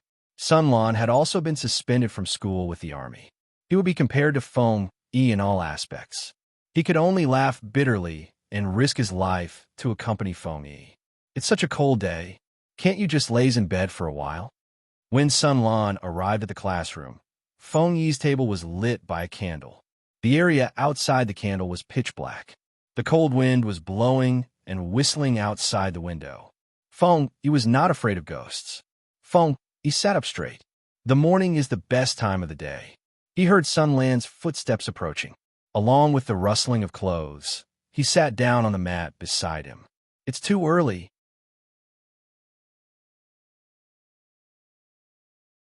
Chapter 1752. #everyday. I'm under a seal called blanket. #. So what if I die of old age? The happiest way to die is to die from the heat in winter. #. You woke up so early. I have to risk my life to accompany you because of you. Look, I have dark circles under my eyes these days. Sun Lan yawned sleepily and tried to open her eyes. She couldn't help but complain to her friend. Yesterday, I met an acquaintance. He secretly asked me if I was too nymphomaniac. He even advised me to take it easy. No matter how young I am, I shouldn't be so tormented. God has mercy on me. I'm still a virgin. Even though I've been in the army for 2 years, learned a lot of dirty words, and seen a lot of shameless scenes, I still have self-control. Feng Yi smiled and said, just ignore them. Whether to ignore the busybodies who compared the two of them, or ignore the acquaintances who misunderstood Sun Lan's innocence, it depends on what the listener thinks. Sun Lan and Feng Yi had known each other for a few years, so she naturally understood. She muttered, gossip is a fearful thing. How can you be so free and easy? Sun Lan couldn't care less about what others said. He could only do his best to do his own thing. Looking at the dark sky outside, Sun Lan rubbed her hungry belly and took out a bun wrapped in a handkerchief from her sleeve. As soon as she opened it, a burst of steam and fragrance came out. Sun Lan took the thermos cup that contained thick meat soup from her waist. This thing was made by her lord. There were 4 layers in total. The innermost layer was made of porcelain, the second layer was made of copper, the third layer was also porcelain, and the fourth layer was made of bamboo to prevent falling. The inner layer could be tightened with a lid to prevent the soup from spilling out, and the outer layer had a bamboo cover. This thing had a thermal function, so it was quite convenient to use. You woke up so early. Have you eaten breakfast? Feng Yi turned a page and said, not yet. Sun Lan said, I have extra here. Do you want to eat some first? Feng Yi smiled. It's not good to eat too much breakfast. Changshang said that she would bring some for me. Sun Lan took a big bite of the bun. Her cheeks were stuffed. She was a little full before she swallowed. How could she not be full after being forced to eat dog food? Wrongly, I heard a rumor. Do you want to hear it? Feng Yi didn't eat, so Sun Lan drank the meat buns and a whole pot of broth. The warm meat buns and broth filled Sun Lan's stomach, and at the same time, made him feel a comfortable warmth spread from inside his body. It was very comfortable. What news? Sun Lan was not a gossipy person. The gossip that he was talking about was definitely not about the Dong or Li family. It was most likely serious news. I heard that the Jinlin Academy has undergone a major change, Sun Lan said. I don't know the details yet. Feng Yi frowned slightly. Was it related to the great changes in the Jinlin Academy? Why didn't he receive any news? Her father hadn't mentioned anything about it. So where did Sun Lan hear this news from? Sun Lan said, "Didn't I collect homework from my classmates and send it to the teachers a few days ago?" Master Yuan Jing happened to be there too. He said something to the teachers and asked them to speed up the assessment of the students and teach more practical things. He said that something big would happen in the academy next year. When he went over, Master Yuan Jing and the others were almost done talking. He only heard the end of it. No matter what the change was, as a student of the Jinlin Academy, this news was also related to them, so they had to pay attention. Sun Lan said, "Grandpa isn't in Wanzhou, and I don't have any elders to talk to. I don't have any connections to ask for information." Feng Yi understood what Sun Lan meant. He said, "After school today, I'll ask my father about it." Her father, Feng Zhen, was one of the Lord's important officials. If there was a major change in the Jinlin Academy, there was no reason that he didn't know anything. The two talked for a while. The sky outside gradually brightened, and students arrived at the classroom one after another. They greeted each other in twos and threes, took out their books, sat in their seats, and began their morning reading. The Jinlin Academy had a strict schedule. Regardless of spring, summer, autumn, or winter, the students always entered at the beginning of the day and left at the end of the day. During this period, there was more than an hour for the students to have lunch. In the afternoon, the students entered at the beginning of the day and left at the end of the day. Winter came and went, and there was no exception. The teachers arrived a little later than the students, but not too late. However, it was a little strange today.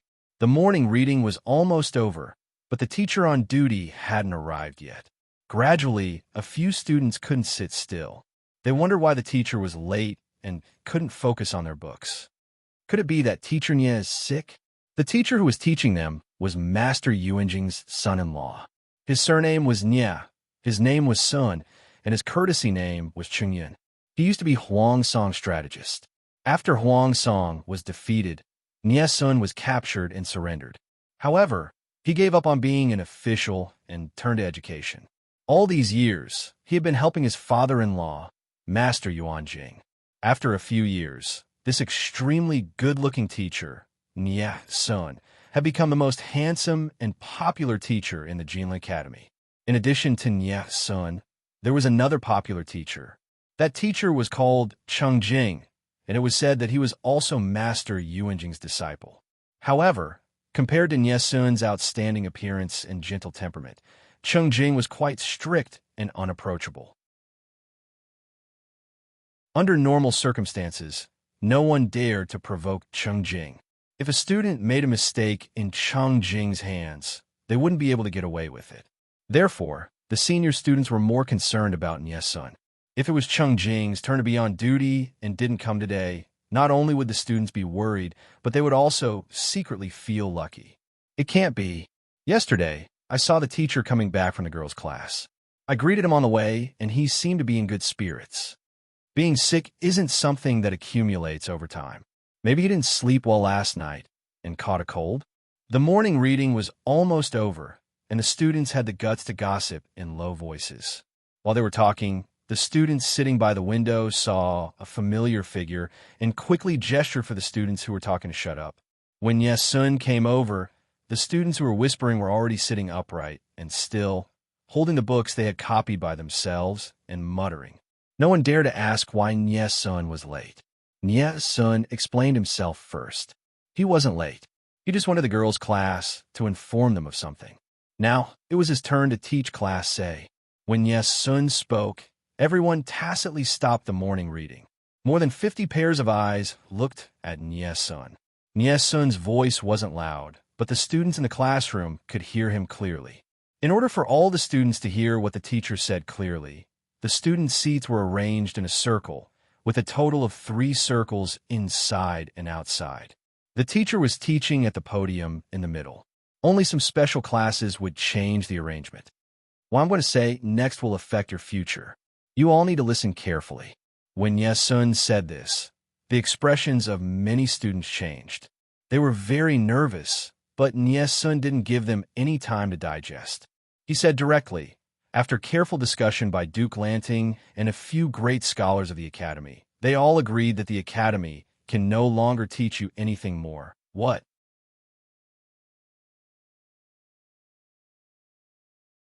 Chapter 1753.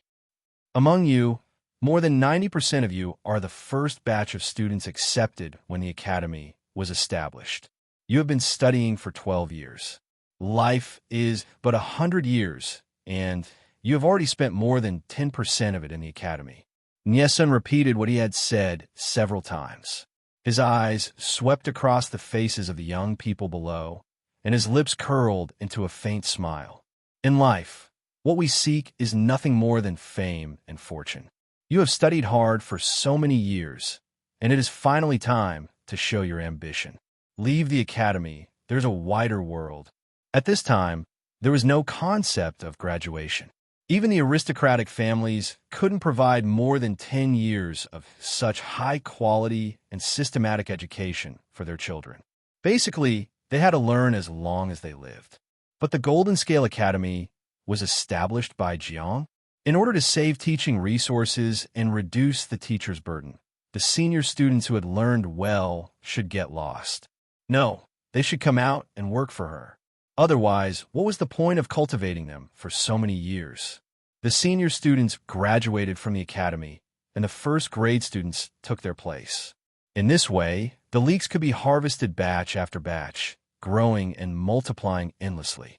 If the students wanted to further their studies, they could borrow other books from the Golden Scale Pavilion. The headmaster of the Academy could not teach them for a lifetime.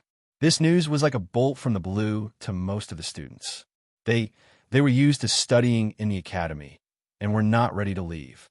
Ye-sun told Jiang. Ji meant that graduation was not to drive the students out of the Academy, but to end this stage of study after they had completed their studies in the Academy and met the requirements. At the same time, graduation also meant that their years of study were recognized by the Academy and the famous scholars. They were qualified to use this as capital to promote themselves and even be recruited by the Lanting Duke. When this news came out, the students' depression, worry, and confusion were swept away. They became high-spirited and excited. Conquer them. Enter officialdom. Didn't they study hard for so many years just to change their original fate?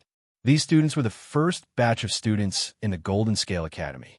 There were 100 male students and 100 female students, including Feng, Yi, and some other students who got into the class through connections. There were no more than 210 students in this batch. This batch of students were the orphans of fallen soldiers. To put it bluntly, they were common people. Common people were qualified to study for 12 years, and also qualified to be recruited. It was almost an opportunity to change 18 generations of ancestors. For a moment, all the students were eager to try. They were excited and thought that everyone would be conquered. Ji and Shu had invested 12 years of manpower, resources, and financial resources. How could she waste them? In the end, Ye-sun's next words sent them from the heaven of excitement into the world of confusion. Those who do not pass the graduation examination will either leave the academy or stay back for a year and continue to participate in the examination with the students of the next level. Everyone, what? There's a test for graduation? Ye-sun said, the graduation assessment is to test the results of your studies in the academy these years. When you graduate from the academy will keep the files of your studies in the academy forever. No matter where you go in the future, you will be a student of the Golden Scale Academy. Each of you represents the academy and is the face of the academy. The academy will not allow students who fail in their studies to go out and ruin the good reputation it has accumulated over the years. Therefore, a graduation test was set up. Only those who passed the test with outstanding results would have the right to graduate and leave. In the future, you will pay. No matter if you are an official, a teacher, or living in a corner, you have to be careful with your words and actions. You can't discredit the academy. He spoke very sternly. The students could feel the power coming from his body and, subconsciously, became more obedient. The assessment will be set at the end of the first month after the new year. Everyone's expression changed. This time, this was not a chance for people to relax during the new year. Those who pass the graduation assessment can participate in the assessment held by Duke Lanting in May next year. Those who pass can become an official. Nyesun threw another bomb. Those who compete with you on the same stage are not only your classmates, but also the 85 ladies in the female class and the scholars of the Golden Scale Pavilion. Everyone, don't embarrass the academy. Just do your best. Feng, he had something to ask. Headmaster, can you tell us the general content of the assessment? Nyesun said, it will be the 6 arts of a gentleman. There are 6 subjects in total. Everyone, someone said with a trembling voice, the ladies in the female class will also participate. They have also studied hard in the academy for many years. Of course, they will participate. Nyesun sighed in his heart. There should be 100 people in the female class. However, some of the older ones couldn't stand it and chose to marry and have children. Some of them went to the military camp to work hard. The remaining 85 had lost their parents. Their relatives couldn't control them and didn't have the right to decide their souls. These female students also felt that the academy was quieter and safer.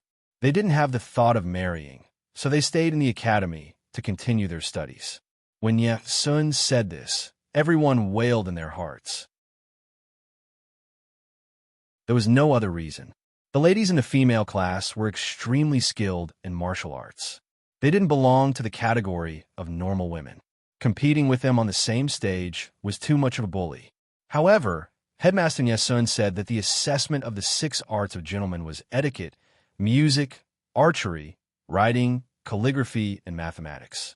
Other than archery and writing, the female class had no advantage in the other subjects. Moreover, as long as it wasn't a face-to-face fight, the results of the male class wouldn't be bad. When they thought of this, everyone's anxious hearts slowly returned to their original place. As long as they didn't fight one-on-one with the ladies in the female class and hurt each other, they still had a chance. Nyesun saw that the students naturally accepted the fact that the ladies would compete with them on the same stage. He was a little shocked. However, he soon figured it out. This batch of students in the Golden Scale Academy had been living in the academy for more than 10 years. They were isolated from the outside world. The education they received was open, and their thoughts were also open-minded. In addition, during the big classes, they often interacted with and compared with the female class students. In their minds, they didn't feel that there was anything wrong with women being conquered. If someone belittled them in front of them, they would think that person was being ridiculous. This scene was naturally caused by Jiang Qigong. Ji hoped to see it. It was difficult to change the minds of adults, but it was different for children. In order for you to successfully pass the graduation assessment, your studies will be quite arduous. Please don't complain. After being serious for a while, Nyesun's tone finally softened. There was a hint of a smile on his face. The students muttered in private, "What's the big deal about suffering? It's the big deal if you don't pass the assessment." If they didn't pass the assessment, it meant that the results of their 12 years of study wouldn't be recognized. They would have to repeat the year and take the assessment together with the next cohort. It was too embarrassing. Everyone's nerves were stretched taut. They couldn't wait to revise their lessons, even in their dreams. #I love learning. Learning makes me happy. The headmasters of the academy were worried that these students would become sick from studying. When a New Year's Eve Lantern Festival began, the headmasters encouraged the students to go out and play for a day or two. Of course, the real reason was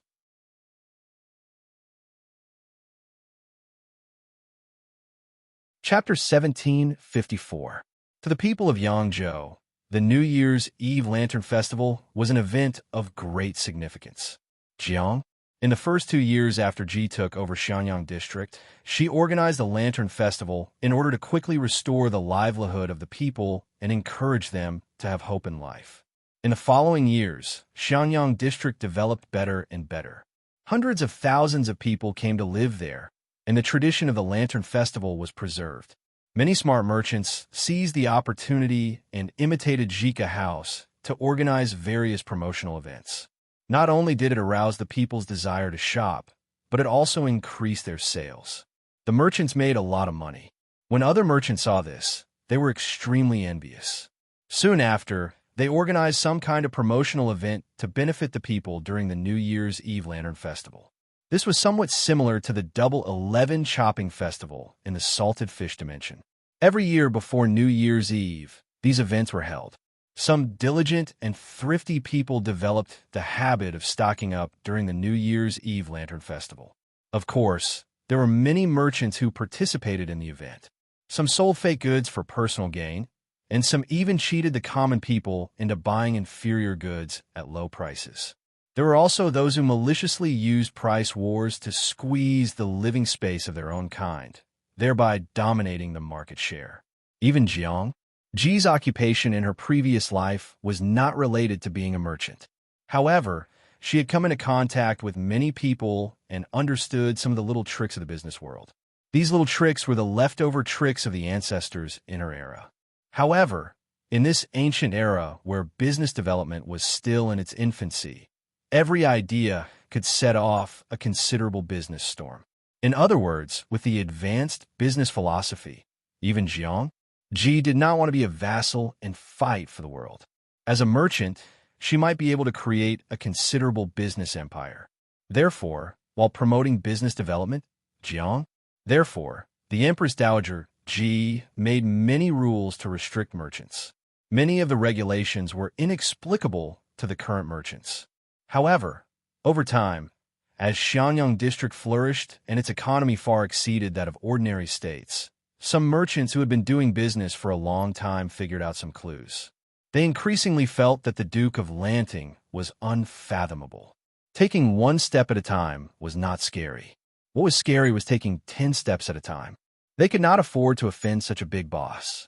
Time to slip away. Out of fear, they repeatedly restrained themselves and the shops under their name, not daring to overstep the boundaries. Others were not as clear-headed as them. Some of them were black-hearted merchants who would resort to unscrupulous means to earn money. Unfortunately, this was Xianyang district. The regulations regarding merchants, shops, and commodities were detailed and clear. If one was caught, he would be sacrificed to the heavens. There was basically no hope for him to make a comeback. Once they crossed the line, not only would they face a heavy fine and a year in prison, but they would also be banished from Xianyang City. Their businesses would no longer be able to do business in Xianyang City.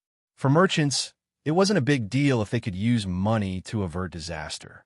The punishment of being banished and unable to do business was severe. Against the merchants, Ji was not lenient when it came to collecting taxes. Of course, merchants could also think of ways to evade taxes, but once they were caught, they would not be able to bear the consequences. Even so, there were still countless businessmen who racked their brains to rent shops in Xianyang City Market. There were many people and business opportunities in Elephant Sun City. The business environment was good and stable, so there was no need to worry about being robbed by bandits.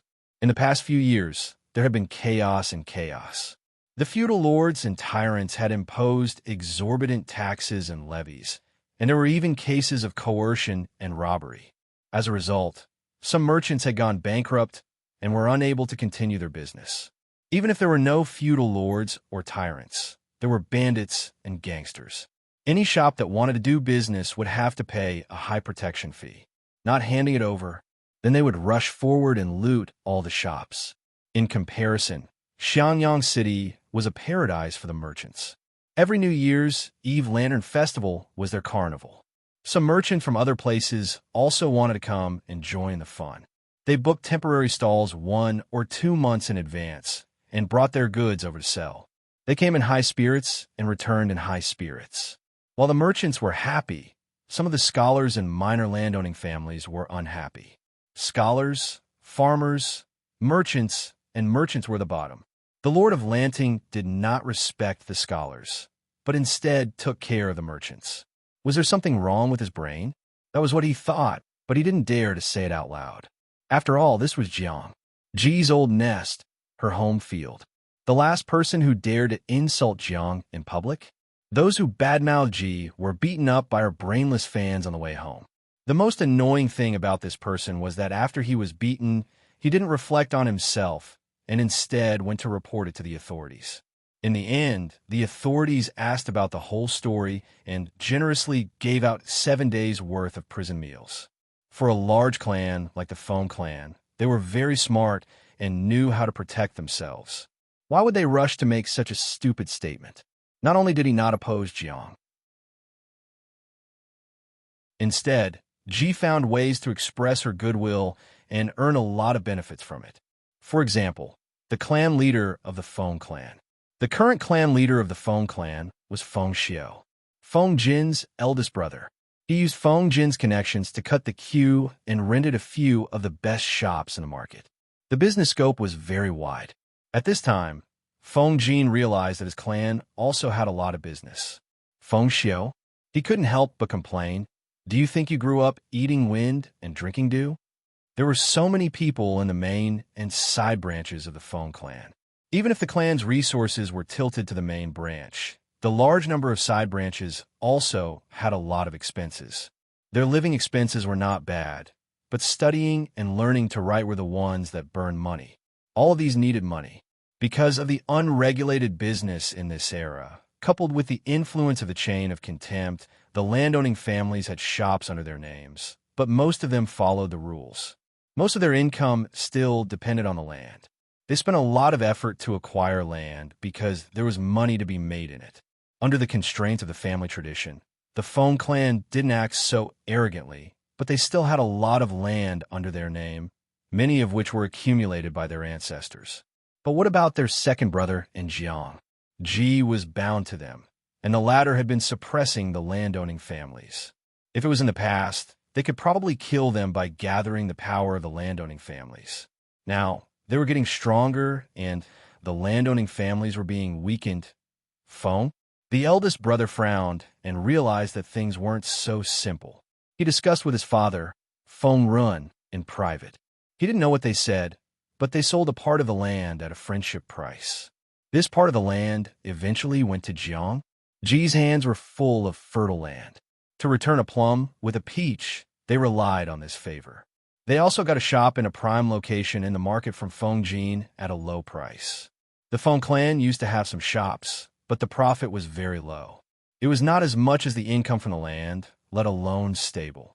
Feng, they studied the market and made adjustments. In addition, they sold a part of the land to Jiang, Ji's favor in exchange for preferential treatment. The business was booming, and in the end, they even opened their business to the counties around Xiangyang. The annual income was actually several times the dividends from the land. Well, this business was not a loss. Feng Jin was speechless. Since his eldest brother took over the position of the clan leader, he seemed to have opened the door to a strange world. "Huai Zhang, are you still not done?" Madam's gentle voice came from outside the house. "Feng?" He responded, "Yes, I'm coming." "Feng." For years after he separated from his first wife, Madame Du, he only remarried when his 2 legitimate sons reached the age of understanding. He didn't have any resistance towards remarrying. The legitimate sons needed a mother to teach them, and the Feng clan also needed a matron. After a failed marriage and a hysterical wife, he didn't have high expectations for his second wife. Instead, he was full of surprises.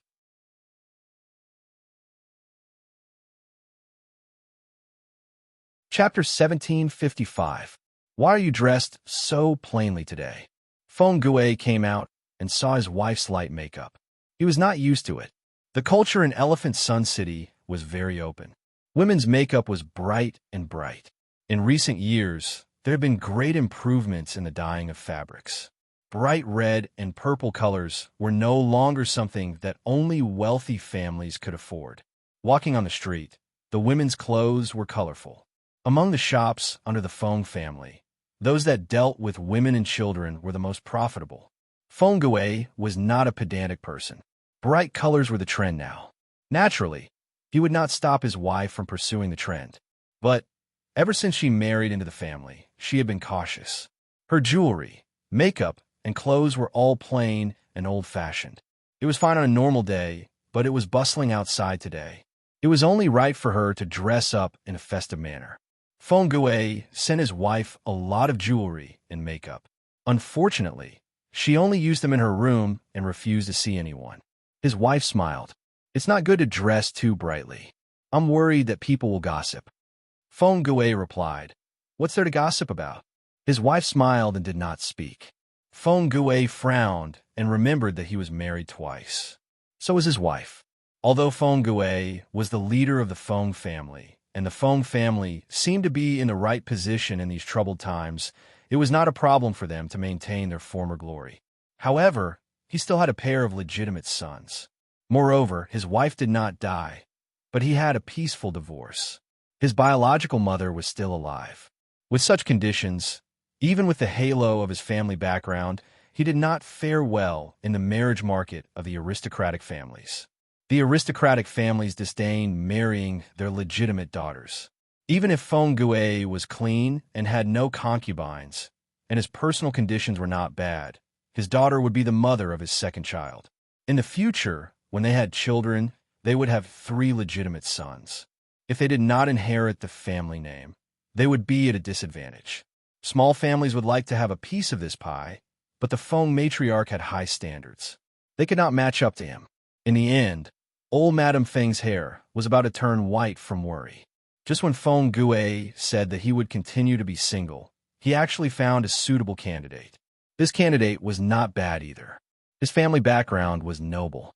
His father was a great scholar, and his mother was from a prominent family. At the age of 15, he was engaged to a scholar from an aristocratic family. That's right, Feng Gui knew this scholar. They had been friends since a long time ago. When the scholar got married, Feng Gui had even sent him a congratulatory gift. Unfortunately, this guy was a short-lived ghost. After getting married for less than a month, he wanted to have fun.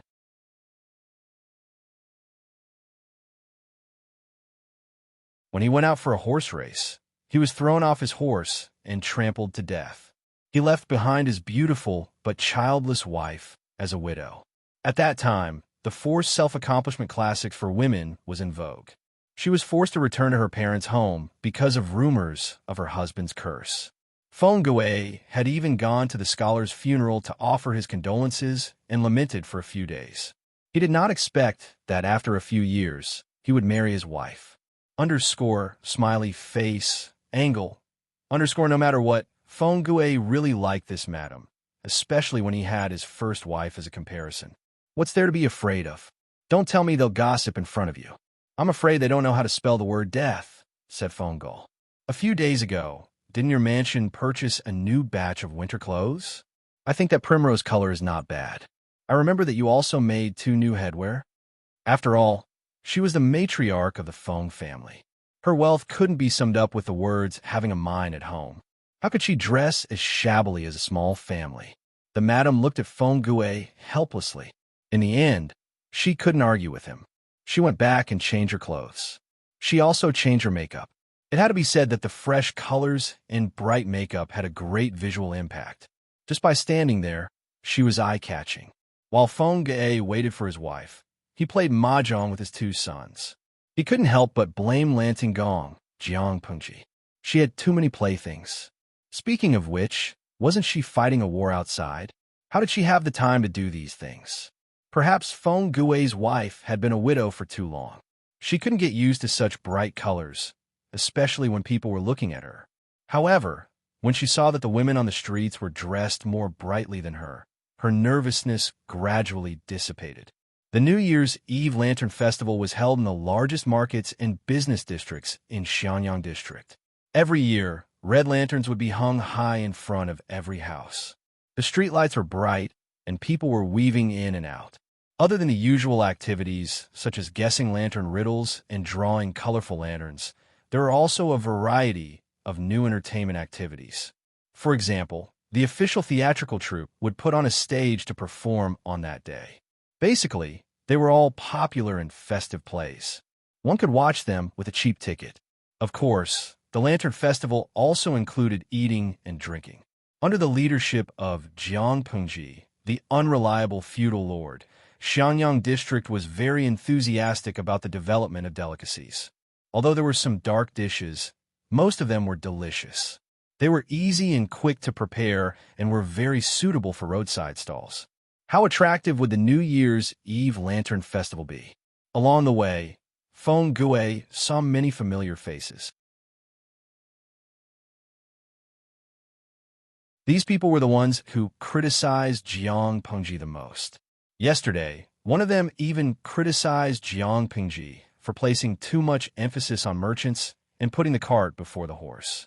However, although their mouths weren't honest, their bodies were quite honest. Feng Gui greeted the other party from distance. The other party smiled awkwardly but politely. Even the gentry would come out to join in the fun, not to mention the other commoners. Feng Gui wouldn't imitate the commoners and eat while walking, but he still bought some and found a nearby private room to slowly enjoy his meal. "Uncle, Auntie." Feng Gui had just entered the inn with his wife and servants when he heard Changxing's call. Turning his head to look, he saw his second brother, Feng Yi, standing beside Changxing. There were also a few other youths who looked either familiar or unfamiliar. Based on their temperament, most likely they weren't commoners. They were probably classmates who were on good terms with the academy. Changxing whispered something to the others and brought Feng Yi forward to greet them. "Why don't I see my two cousins?" Feng Gui replied, "They're getting old. How can they still be restrained?" They accepted a friend's invitation to go out and have fun. Although his two sons had been led astray by his first wife, Feng Gui brought them up personally and then threw them into the Golden Scale Academy to train them. In the end, he managed to turn them around. The trauma of their childhood didn't seem to have left any lasting effects on them. Now that they stood out, they were the standard descendants of the Feng family. Feng Gui also heard that his two sons had stayed up all night fighting for the Golden Scale Academy's graduation examination. He felt very gratified. Striking a balance between work and rest was the right way. They had studied too hard recently.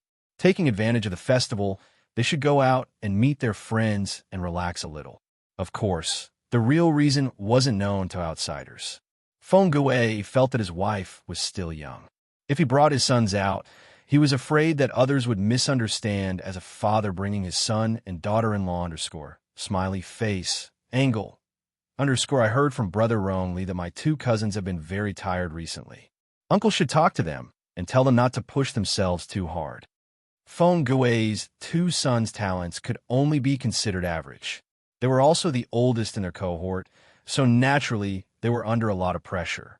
If they were to be held back, where would the Feng family's reputation go? Feng Gui nodded in agreement.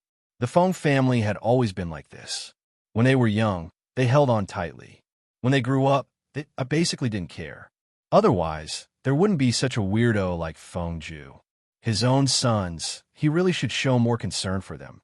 After chatting idly for a while, Feng Gui let Changxing go out and have fun.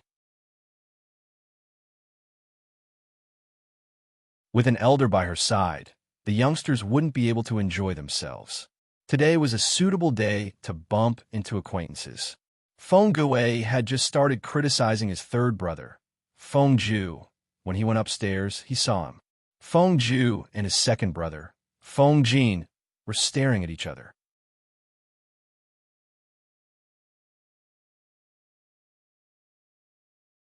Chapter 1756. Feng Gui's words were not an exaggeration. Feng Ju seemed to have been avoiding his two elder brothers for the past few years. As long as it was an occasion where Feng Gui and Feng Jin were present, this fellow would never appear. There were some situations where he really couldn't avoid them, so he simply used the excuse of visiting friends and relatives, or simply claimed to be ill and stayed at home. Feng Gui felt that it was pointless. What was the point of the three brothers quarreling like this? Feng Jin thought so too. Was there any obstacle between brothers that could not be overcome? Besides, it was a chaotic world now. It was already not easy for the three of them to survive. Look at the other brothers. They were basically separated by life and death. He had even crossed the threshold of life and death. Was there any contradiction in this world that was more difficult to cross than the difference between life and death? Look at Sir Cheng Cheng's two sons. The eldest son, Cheng Sun, hung himself on the crooked tree that was Su Bei. When Su Bei was defeated, he committed suicide to follow him. Looking at Wei Si's elder brother, Wei Dan, it was said that he treated Wei Si like a brother and a father. Their brotherly relationship was deep, but in the end, he also chose to commit suicide after being defeated. The two brothers, Meng Hung and Nie Sun, were still alive. However, they had fought against each other and plotted against each other to kill each other. After witnessing so many parting of life and death, what knot in his heart could not be untied. Humph! At the end of the day, it was all Huang Song's fault. Back then, Huang Song had abducted Feng Ju right in front of Huang Song. This delay had lasted for more than 10 years. At the thought of this, Feng Jin's hatred for Huang Song deepened. Unfortunately, Huang Song had signed an oath of alliance with Jiang Pengji, which was equivalent to a protective talisman. Feng Jin could not touch him. Feng Ju was still watching from the side. If Feng Jin really made a move, it would be even worse. At the end of the day, Feng Jin had suffered quite a bit because he was afraid of harming the innocent. When Feng Gue came up, Feng Jin and Feng Ju, who had been staring at each other, felt increasingly uncomfortable. It was as if they had not expected to meet under such circumstances. Fortunately, they were still rational. They maintained an awkward but polite smile and stiffly bowed to their elder brother and sister-in-law. Feng Gue coughed lightly. His voice sounded unnatural. Everyone's here today. Indeed, they hadn't even gathered for the new year a few years ago. Feng Gue had thought that they would never see each other again. Did you come out together, or did you just happen to bump into each other? Why didn't you bring someone along? What's the point of being alone on such a lively day? The Lunar New Year's Eve Lantern Festival was supposed to be spent with family. If these two left their wives and children at home and went out to enjoy themselves, it would be too much of a jerk. Hee, if it weren't for the Feng family's background and the genetic buff, with their EQ, they would have been alone forever. Feng Gue chose a mat and sat down. Feng Jin said, Jing Xian has an appointment with sister-in-law. Jin doesn't like crowds, so I'll wait here. Feng Ju nodded in agreement, but his expression was a little stiff. I see. Feng Gue nodded his head. It looked like his two younger brothers weren't hopeless after all. I heard that younger sister-in-law is busy with government affairs, and it's rare for her to have a chance to relax. Third sister-in-law, since you're shopping with her, you must enjoy yourself to the fullest. After all, we're family. We can't distance ourselves from each other. These words were not only directed at Wei Jingxian's sisters-in-law, but also hinted at his two younger brothers to end their childish conflict. Speaking of which, it was strange. The three brothers of the Feng clan usually didn't see each other, but the wives of the three were close friends. However, Wei Jingxian was currently working for the government and didn't have much free time. Instead, it was Feng Gui's wife who was closer to Feng Ju's wife. As soon as Feng Ju finished speaking, the other two brothers agreed awkwardly. Initially, it was Feng Jin and Feng Ju staring at each other. Now, it was the three brothers staring at each other. The air was filled with an atmosphere that made one feel awkward.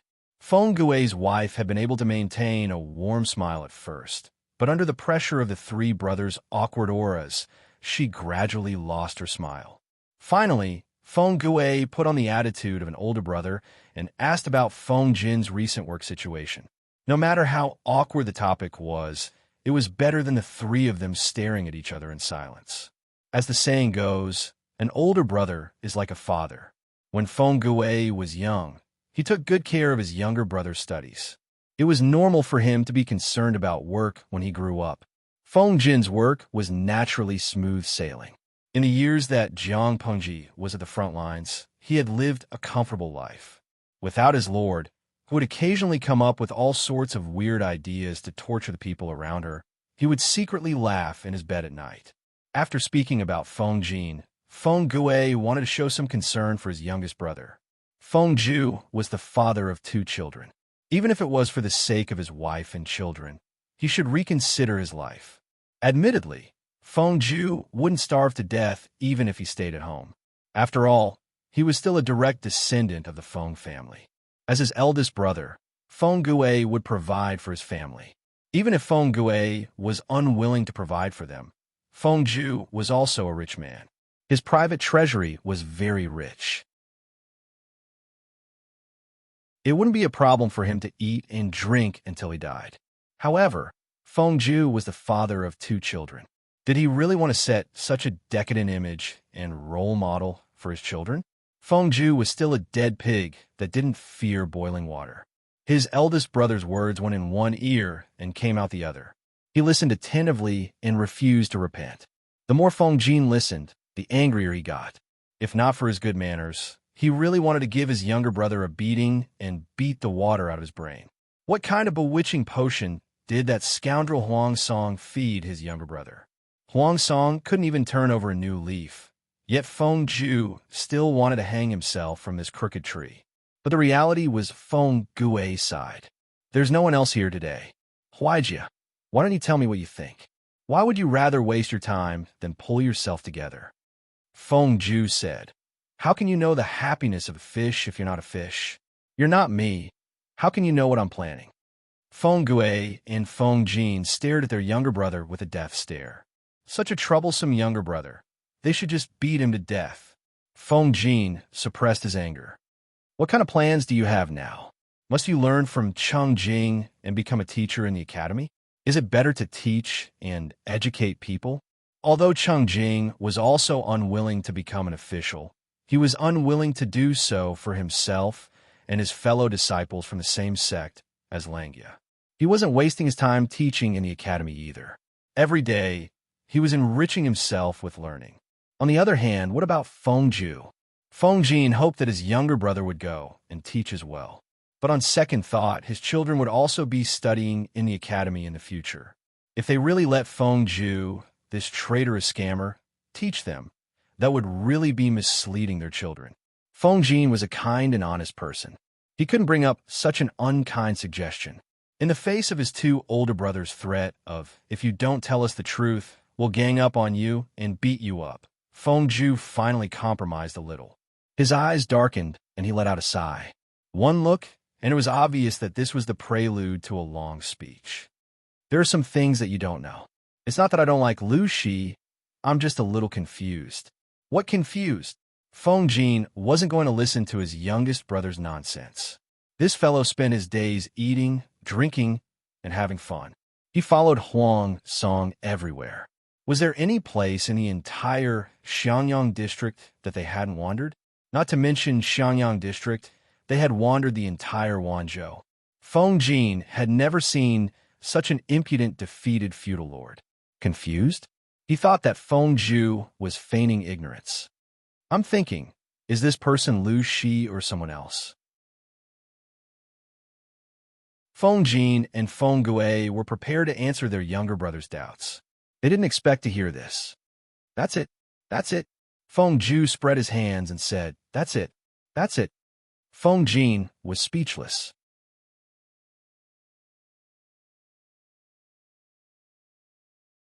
Chapter 1757. Feng Ju's desire to live was still very strong. Faced with the death stares of his 2 brothers, he revealed a little of the content. In the end, it stemmed from a dream. What dream? Feng Jin suppressed his anger. This mischievous child had always believed that man could conquer nature. He did not believe in feudalism at all. As long as it was related to numerology, he had always been dismissive. Why was he talking about a dream now and being confused for a long time? Feng Ju said, a dream related to Lu Shi. Feng Jin held his breath. He was afraid that his brother would say something profane. What good could come from a grown man dreaming of another woman? If it was any other woman, it would not be a problem even if they had a dream. However, it was different when the other party was his lord. It was as serious as the beginning of the investiture of the gods, where King Zhou, or to be precise, Emperor Xinzi wrote obscene poems about Niuhua. Of course, since it was a romance, it was a made-up story. Even though it was full of flaws and bugs, the plot was good and the content was novel. Feng Jin was still a fan of the novelist's book. He would always catch up on the latest chapter. King Zhou took liberties with Niuhua and destroyed the Shang dynasty. If Feng Zhu revealed his dream about Jiang Pengji, the Feng family would probably be devastated. Fortunately, this mischievous child was not so insensible. Nonsense, Feng Zhu said. It's very strange. The Lu Shi in the dream was not called Lu Shi. Her surname was Jiang, and her name was Peng. She was called Pengji. Hearing this beginning, Feng Jin felt a little hopeless. Had her younger brother read too many romance stories in the novelist's novels? What he thought about in the day was what he dreamed about at night. How could he possibly have an earth-shattering romance with goddesses with all kinds of personas? Yes, there were such stories in the market. Even though the goddesses had various personas and there was no innuendo, it could not change the core. The domineering queen fell in love with the stubborn, kind, intelligent, and virtuous scholar, Tom Su. Feng Jin still did not understand how this kind of rubbish romance passed through Wei Si's review. Could it be because of resonance? Feng Gue said nonchalantly, "It's just a dream." Feng Zhu said, "Was it really a dream? It's too real. Everything I've experienced in my dream is as distant as the clouds in the sky, yet it's within reach." Feng Gue asked, "What's the specific content? Do you want to look for Master Yuan Jing to ease your mind?" Feng Zhu said that Jiang family and the current Lu Shi, their temperaments are similar but also different. Their appearance is similar and their background is the same, but it shouldn't be like this. Even though there are only a few fragmented scenes in the dream, I feel very different. Feng Zhu had only had that dream once. Even though it was only once, the details of the dream were deeply engraved in his mind. It was completely different from his usual dreams.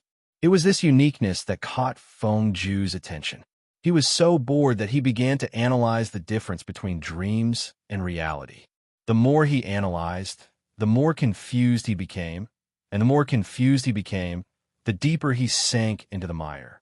At the same time, he also discovered many things that he had never discovered before.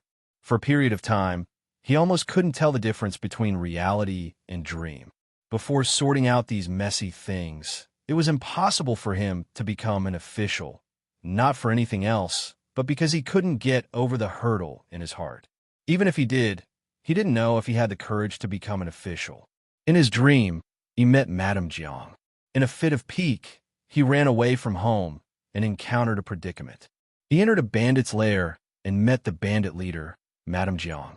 In his dream, Madame Jiang was a bandit, and she had the air of a bandit.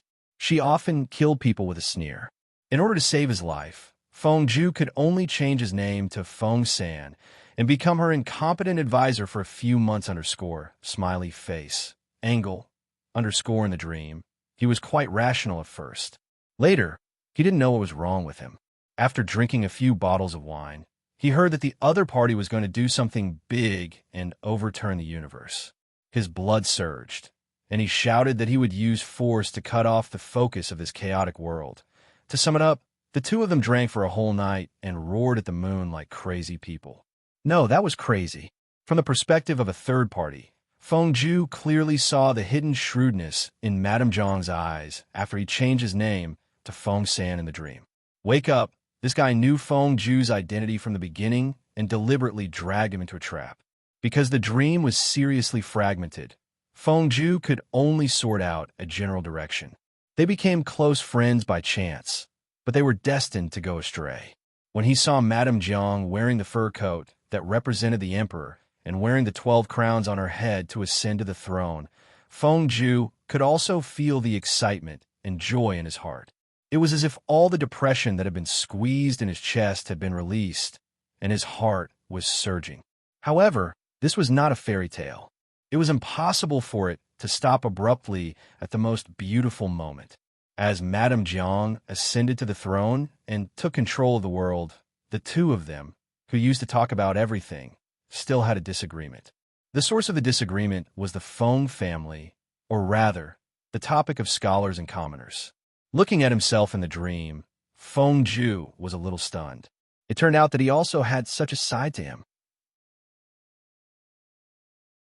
After some fragmented scenes appeared, Feng Zhu finally understood why he was so protective of the Feng family in the dream. Feng Zhu was the only one left in the direct line of descent of the Feng family. He had no right to be willful and could only carry the entire direct line. For the interests of the Feng family, he argued with the emperor and did things that he once thought he would never do. Gradually, the decades of friendship were exhausted. The Feng family lost 2 elder brothers, and the Feng Zhu in the dream became the person he once hated the most. It was hard to say whether the emperor had let down the Feng Zhu in the dream, or Feng Zhu had gone against the original intentions of the 2 of them. According to the dream, the cause of the death of the 2 elder brothers seemed to be indirectly related to the emperor and himself. Well, it was probably when they were vying for the throne. This was also the reason why Feng Zhu was unwilling to face his 2 elder brothers all these years. 1 was enough to make him feel guilty, but 2 was simply a critical hit. Feng Jin could not help but complain. "You took the dream seriously," Feng Zhu said uncertainly. "The dream is too real. Maybe there really is a past life, this life, and karma?" According to the fragmented dream, the Jiang family and Lu Shi had a common characteristic. They were not outstanding before the age of 12, but after the age of 12, they amazed the world with a single brilliant feat. Each of them was more troublesome than the other. The Lu Shi he knew was still okay, but the Jiang family in the dream was really out of line. She became a bandit and rose to the throne. She even shot her biological father at the city gate. Yet, such a rebellious character. Sigh, it seemed to be more in line with the brat Feng Zhu's taste. Cough, cough, this was not the point. The point was that Feng Zhu asked the master if there was a possibility of possession. In the end, the master rolled his eyes at him, pointed to the sky, and said, "A noble son has fallen from heaven. Mortals do not speak of heaven's secrets. Be careful not to get yourself into trouble." That meant it was possible. However, there was no proof. Feng Zhu could only keep this secret and let it rot. Possession by demons and ghosts was called mischief, but how could it be called possession by a noble son sent by heaven? It was King Destiny. Feng Zhu vaguely mentioned the relationship between himself and the Jiang family in the dream. Feng Jin gave him a look. If it was really a past life, wouldn't Feng Zhu be in a hurry to become an official? What are you blabbering about? The 2 of them continued their predestined relationship. What a good plot in a novel. Feng Zhu could not help but sigh.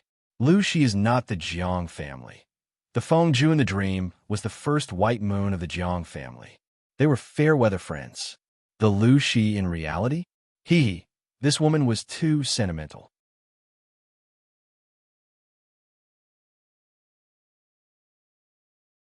Chapter 1758.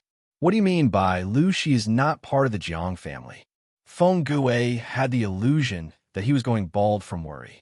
His brother's illness seemed to have worsened. He went straight to the point and asked, "Huaijia, tell me, what exactly do you think of the Duke of Lanting?" Feng Zhu himself could not explain it clearly. Rationally, he was more inclined towards Huang Song. Even if Huang Song had already been defeated and lost his lofty ambitions, he and Feng Zhu had been friends for more than 10 years, and they still maintained contact even now. On the other hand, Feng Zhu was not familiar with the current Duke of Lanting, Lu Shi, let alone his position in Feng Zhu's heart. However, when he recalled that frighteningly realistic dream, the usually decisive Feng Zhu became uncertain again. The Feng Zhu in the dream had initially given his all for the Jiang family.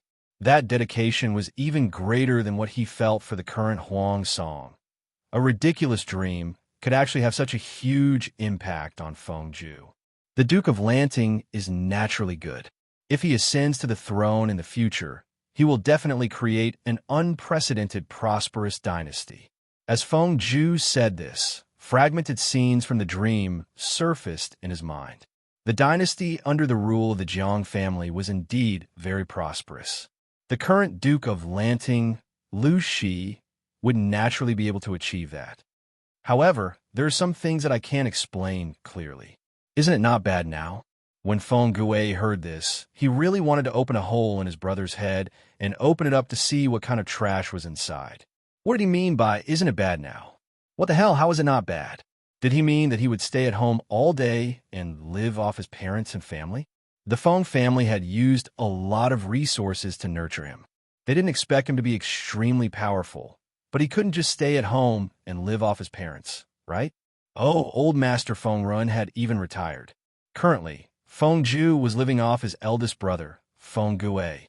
When Feng Gui thought about how he had to take care of his youngest brother's family while he was busy with family affairs, he felt terrible.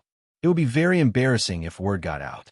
The third son of the Feng family had been known as a child prodigy since he was young, but after he grew up, he became mediocre. Did Feng Ju want to become a classic example of what people said, growing up is not necessarily good? Since it's so good, why are you still? Don't tell me you still think that Huang Bo-geo can make a comeback? Feng Jin's eyes were sharp.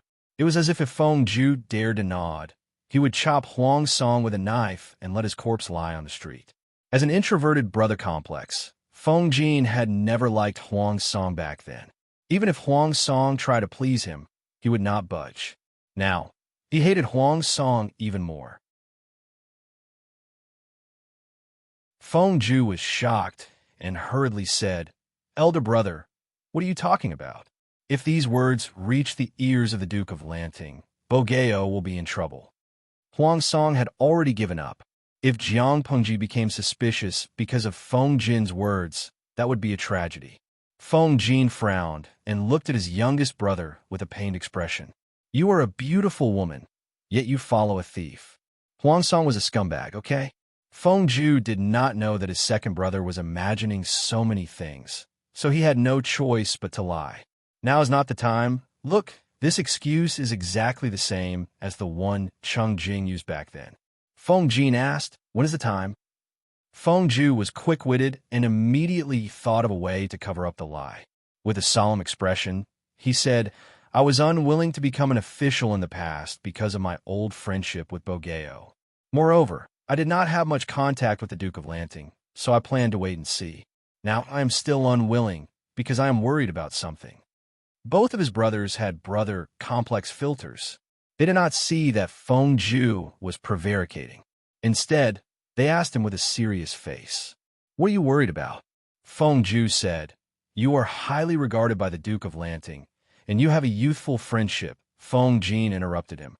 "If it is because of this, you don't have to worry. Will you and I care about this?" He thought that Feng Ju said this because he was worried that the two brothers would have a conflict in the future. They were of the same clan and had deep feelings for each other. They should support each other instead of opposing each other. That is not what I mean.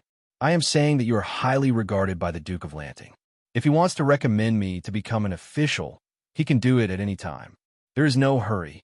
Feng Ju shook his head and denied Feng Jin's words. He said, "I am worried that the Duke of Lanting's actions in the future will go against the original intentions of the Feng family. If that is the case, when the time comes, it will be too late for you to retreat. Why should I get involved in this mess? It is better to wait and see first. When a situation has stabilized, I will see what her intentions are. I am not in a hurry to become an official." According to the dream fragment, the Feng Ju in the dream had indeed walked a different path from the emperor. Feng Jin vaguely knew what his younger brother was talking about. He frowned. At this moment, Feng Gui spoke. "I will take care of the family matters. Why do you need to worry about it?" When Feng Gui said this, he exuded the aura of an elder. Not only was he the elder brother of his two younger brothers, he was also their clan leader. How the family would develop in the future and what path to take were Feng Gui's worries. At the moment, it was not his two younger brothers' turn to overstep their bounds. Feng Gui was afraid that if he spoke too harshly, his two younger brothers would misunderstand and become distant from him. He added, "As long as I am around, the Feng family will not make things difficult for you. unless there was an irreconcilable conflict between the survival of the family and his two younger brothers. Feng Gue would always support his younger brothers in their endeavors. He was the elder brother, the clan leader, and most importantly, their backing. When Feng Ju heard these words, a warm current flowed through his heart. It was as if this promise had transcended the barriers of time and space and was as precious as crossing mountains and rivers. He could not help but think of Feng Ju in his dream. That white-haired Feng Ju had sighed more than once. If his two elder brothers were still alive, they would not have reached this stage. Feng Ju was intelligent, but he was not suited to be the leader of the Shi clan. His personality was also not that sophisticated. He was unable to find a balance between the emperor and the Shi clan. If it had been Feng Gue, with his elder brother's temperament and methods, the Feng family would have been able to remain calm regardless of the storm outside. Big brother. Feng Ju's voice was slightly muffled. That call was dragged out and sounded like he was acting coquettishly. Feng Gue did not fall for this. With a cold expression, he asked, "What other concerns do you have? Tell me all at once." Feng Ju, wait a minute. Now is not the time to be touched. The last one is a little hard to say. It's not convenient to elaborate. Feng Ju revealed a rare look of embarrassment. Feng Gue and Feng Ju's alarm went off. Wait a minute. What the hell was this look of a young man in love? Feng Jin's mind immediately imagined the scene of his younger brother being pressed onto the ground and ravaged by Wei Ci while his lord cheered him on from the side. Hence, Feng Jin said very sternly, "Huaijia, no matter how willful you are, there is a limit. You have a family. You must not do anything that will ruin the family's reputation." Was he courting death? He had a wife, a son, and a daughter, yet he dared to cheat on his lord mentally. Did he think of his lord as a lowly person? If Feng Ju dared to have such thoughts, Wei Ci did not have to do anything. Feng Jin would first beat his younger brother to death and bury him on the spot so that his mother could give birth to another one. Feng Ju. He only wanted to be friends with Lanting and get to know each other better. How was that ruining the family's reputation? You're tuning in to the Romance Rendezvous YouTube channel. We're so grateful for your support, and don't forget to subscribe to join us on this incredible journey through captivating stories. Your generosity through donations truly makes a world of difference, as it's the primary source of revenue that allows me to expand and enhance this channel for you. Thank you from the bottom of my heart for being a part of this adventure.